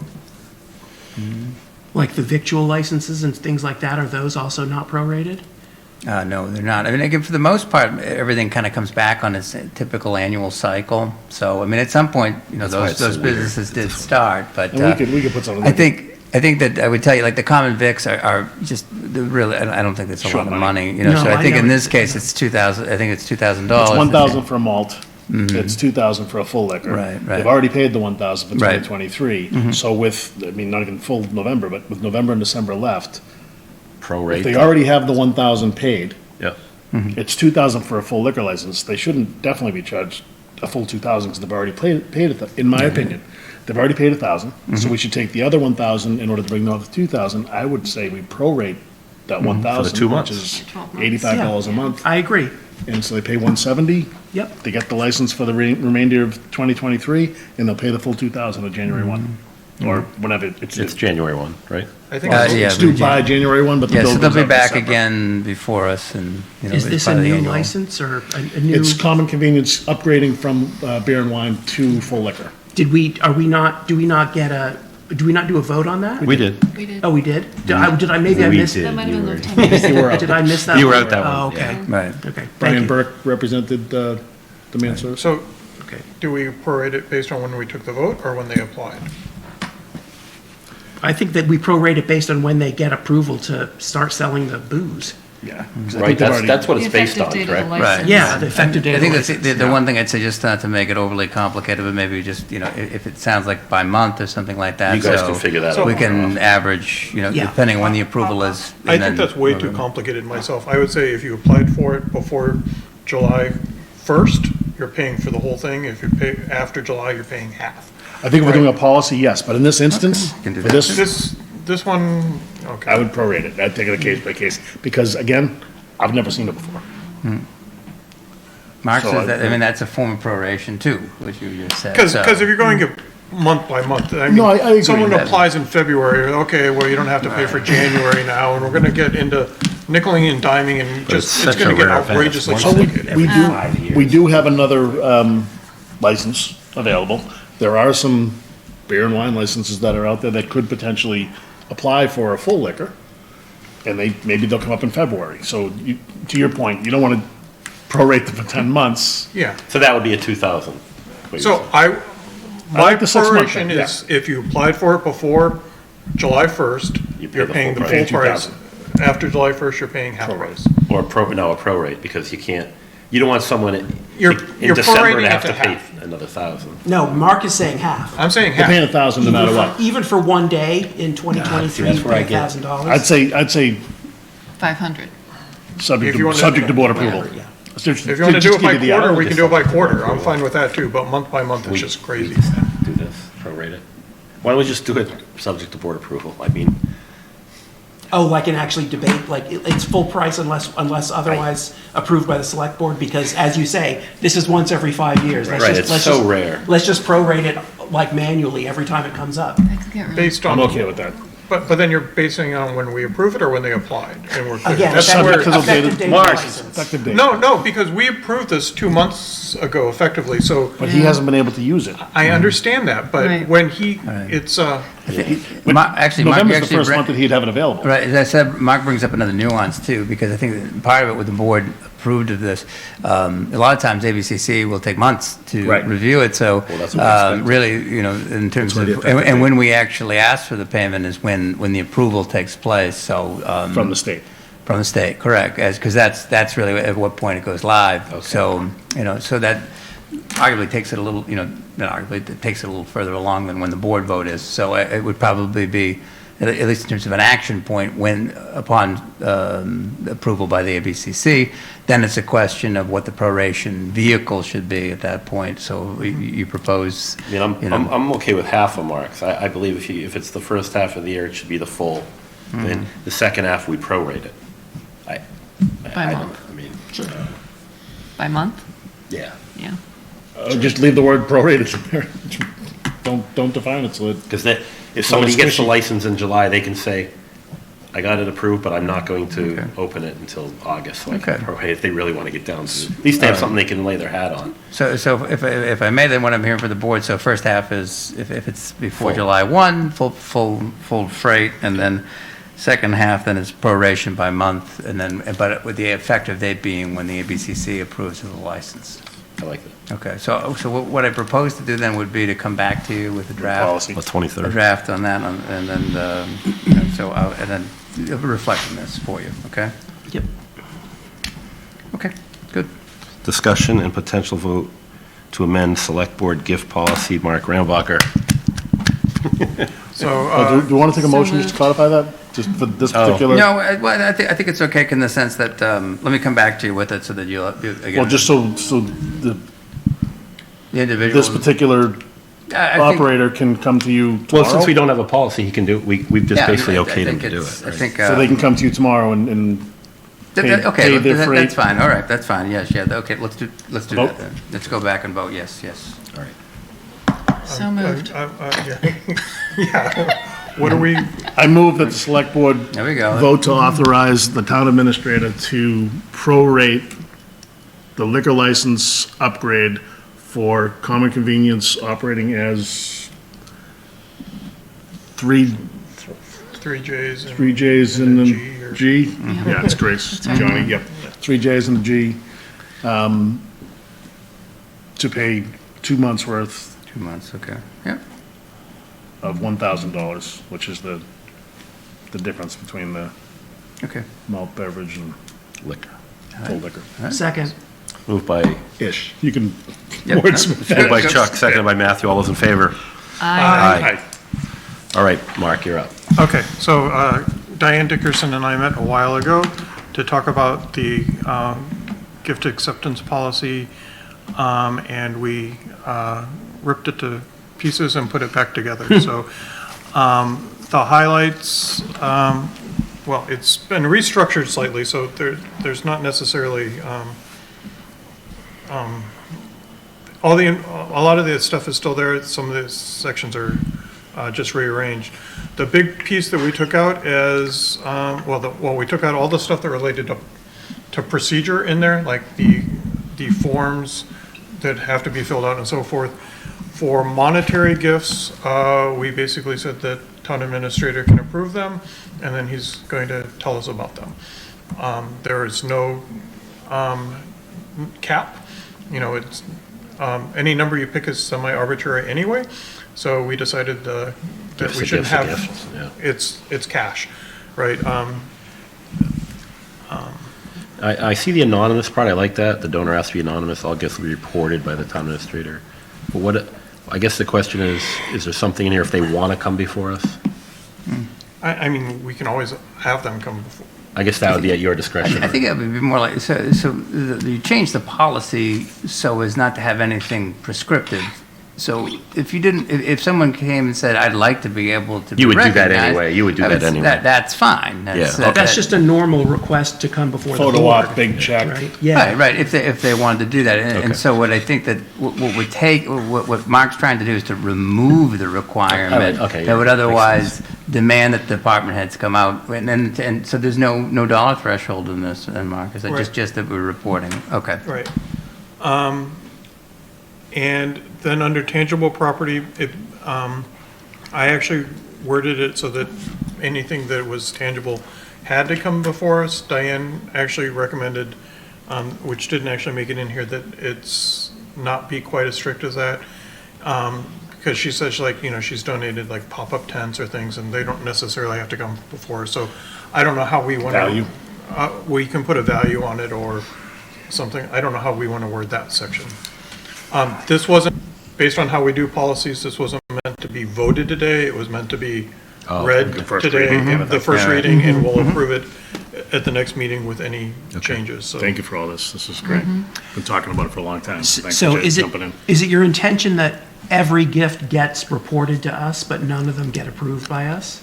Or is it at the town administrator's discretion which ones get reported to us? He's reporting every single one of them to us. Okay. Well, he's reporting everything over $500 currently. Okay. So Is it the same then? I think, I would say so. I mean, like. In your because if beginning, at I'm- the beginning of the meeting, when you would typically do this, you would say, I accepted a gift on your behalf of XXXXXXX. Right, but I think if I mean, if I would, I hope to keep the $500 threshold still Yeah, there. I think in terms that's- of the reporting, Yeah. because that, I mean, there's circumstances that could be multiple small dollar items that Yeah. you know. Sure. If that's the number that you feel is good, Ryan, then I'd say go with it. Yeah. What's the current policy for tangible property? Is there one?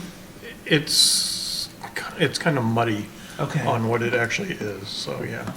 I try to separate it because, like, you know, you don't want to, you know, accept a car, right, on behalf of the town that you're going to end up spending a fortune to repair, right? We can say no, or, you know, someone wants to donate a gaudy piece of artwork to hang and you don't really want it, right?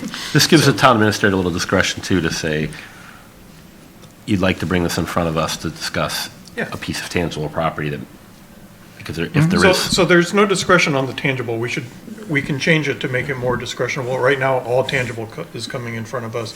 We can make it more discretionary, but I don't know where you want, I don't know how discretionary. How often does it happen? $500? Has it ever happened? Value Yeah, I of think it's the same $500? value. Estimated value of $500 or more? Yeah, I think Keep it it should be the consistent with the same. monetary Yeah, I gifts? think so also. So like a pop-up tent that's worth, $50 or $100. Yeah. yeah, that's just. Okay. Yeah, I think that makes sense. Like, if it's over 500, then you Safer that way. should Yeah. bring it to us. Okay. I think that gives us good guidance as to what to revise and come back at your next meeting, Mark. As you said, this is discussion. So. And no one has a problem with getting rid of the discretion on, No, I'm glad you thought, that was Nope. thought of, 'cause I didn't even think of Sorry, that. folks. You have a problem with it? Just a question. The legal mind. If we don't like a gift Oh, like if we don't like who's donating it, for from a example? very Oh, I see what you're saying. Politically incorrect organization, right, say? and so in this case, it will already have been accepted. I just think we should think through like how we would want to handle that.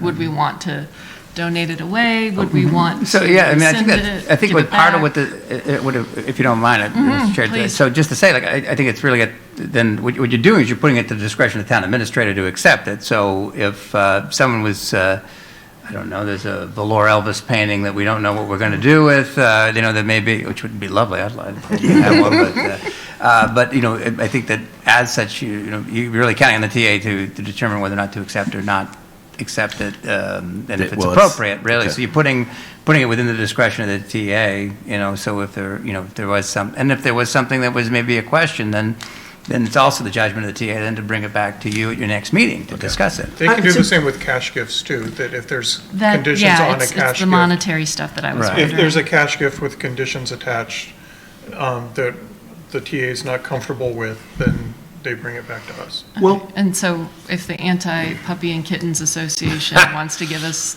you Yeah. know, $5,000, Ryan has the discretion to say, I'll take this to the board, or. Yeah, I mean, it may be, Before- you know. This doesn't lock him into accepting it. No. Okay, all right, thank you. I'm more thinking like a real example would be a firearms dealer in town wants to donate something to the police department.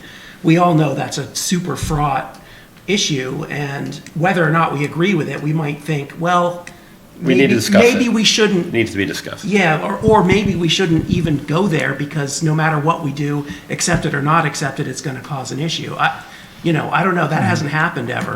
It could So- become conflicted. But yeah. maybe, Right. but maybe it could. But we're just saying we're going to rely on the town administrator to decide. Right, right. when And I think, something is and I think that appropriate. if there were things that, with accepting a gift that had policy implications or other, other Political issues, ramifications, political I mean, a lot of ramifications, things Yeah, can- you would be, I would be bringing that before the board for you to make. Okay. Would we want to put that into the policy, if there are conditions or I policy? think it's implied, you know, Yeah, because I think you're giving a, you know, you're hiring a professional to run the town as a town administrator, and then within that, there's discretion as to how that would be. Just as there's discretion of things that I need to let the chair know about certain things and not know about certain things. I guess it's part of that judgment. Okay. So I did have one for you, Karen, to look up on this, just because I'm not the lawyer on this. But the Nor am line at I. the top of the screen that says this policy should not be applied to educational or trust funds. And then there's one right before the solicitation says only exception is the cemetery perpetual and trust of town donations. I don't know if those both need to be there, or if it's just the first one, or if there's a way of combining them. So Beats if you me. could take a look at that chapter and figure it out, it would be helpful to me. I could give you my thoughts on it, but I would still recommend the town council, I that think it goes to town council. If you want to put that as a question at town Okay. council, I will maybe we ask can that write too. that in. Yeah, So, Not my area, not my state, not my. yep, okay, I will You're not ask an that to expert town in council. perpetual care? I mean, I So have a we cat. we can follow up. Okay. Okay, so Okay. we'll come back, Then, yeah, town back to you for that. Okay. Okay. All we have left is approval of minutes of October 23rd, 2023. I noticed a couple typos. Yeah, me too. One is, in the licensing, my name is spelled wrong, it's missing a B. And somewhere, I forget where it was, it said, Yeah. under the 640 where we approved it, the motion passé, it should be passed. But, I thought it was quite passé. yeah. I don't even look for typos anymore because I know Mark's going to catch them. We can take those recommendations, so as amended. I move that we approve the minutes of October 23rd, 2023 as amended. Second? Moved by Mark, seconded by Matthew. All those in favor? Aye. Motion to adjourn? Second? Moved by Mark, seconded by Matthew. All those in favor? Aye. Thank you, Littleton. Hope to see you Saturday at 11 for the Veterans Day ceremony on the Common at the Romley Memorial. Good Veterans night. Memorial. Thank you.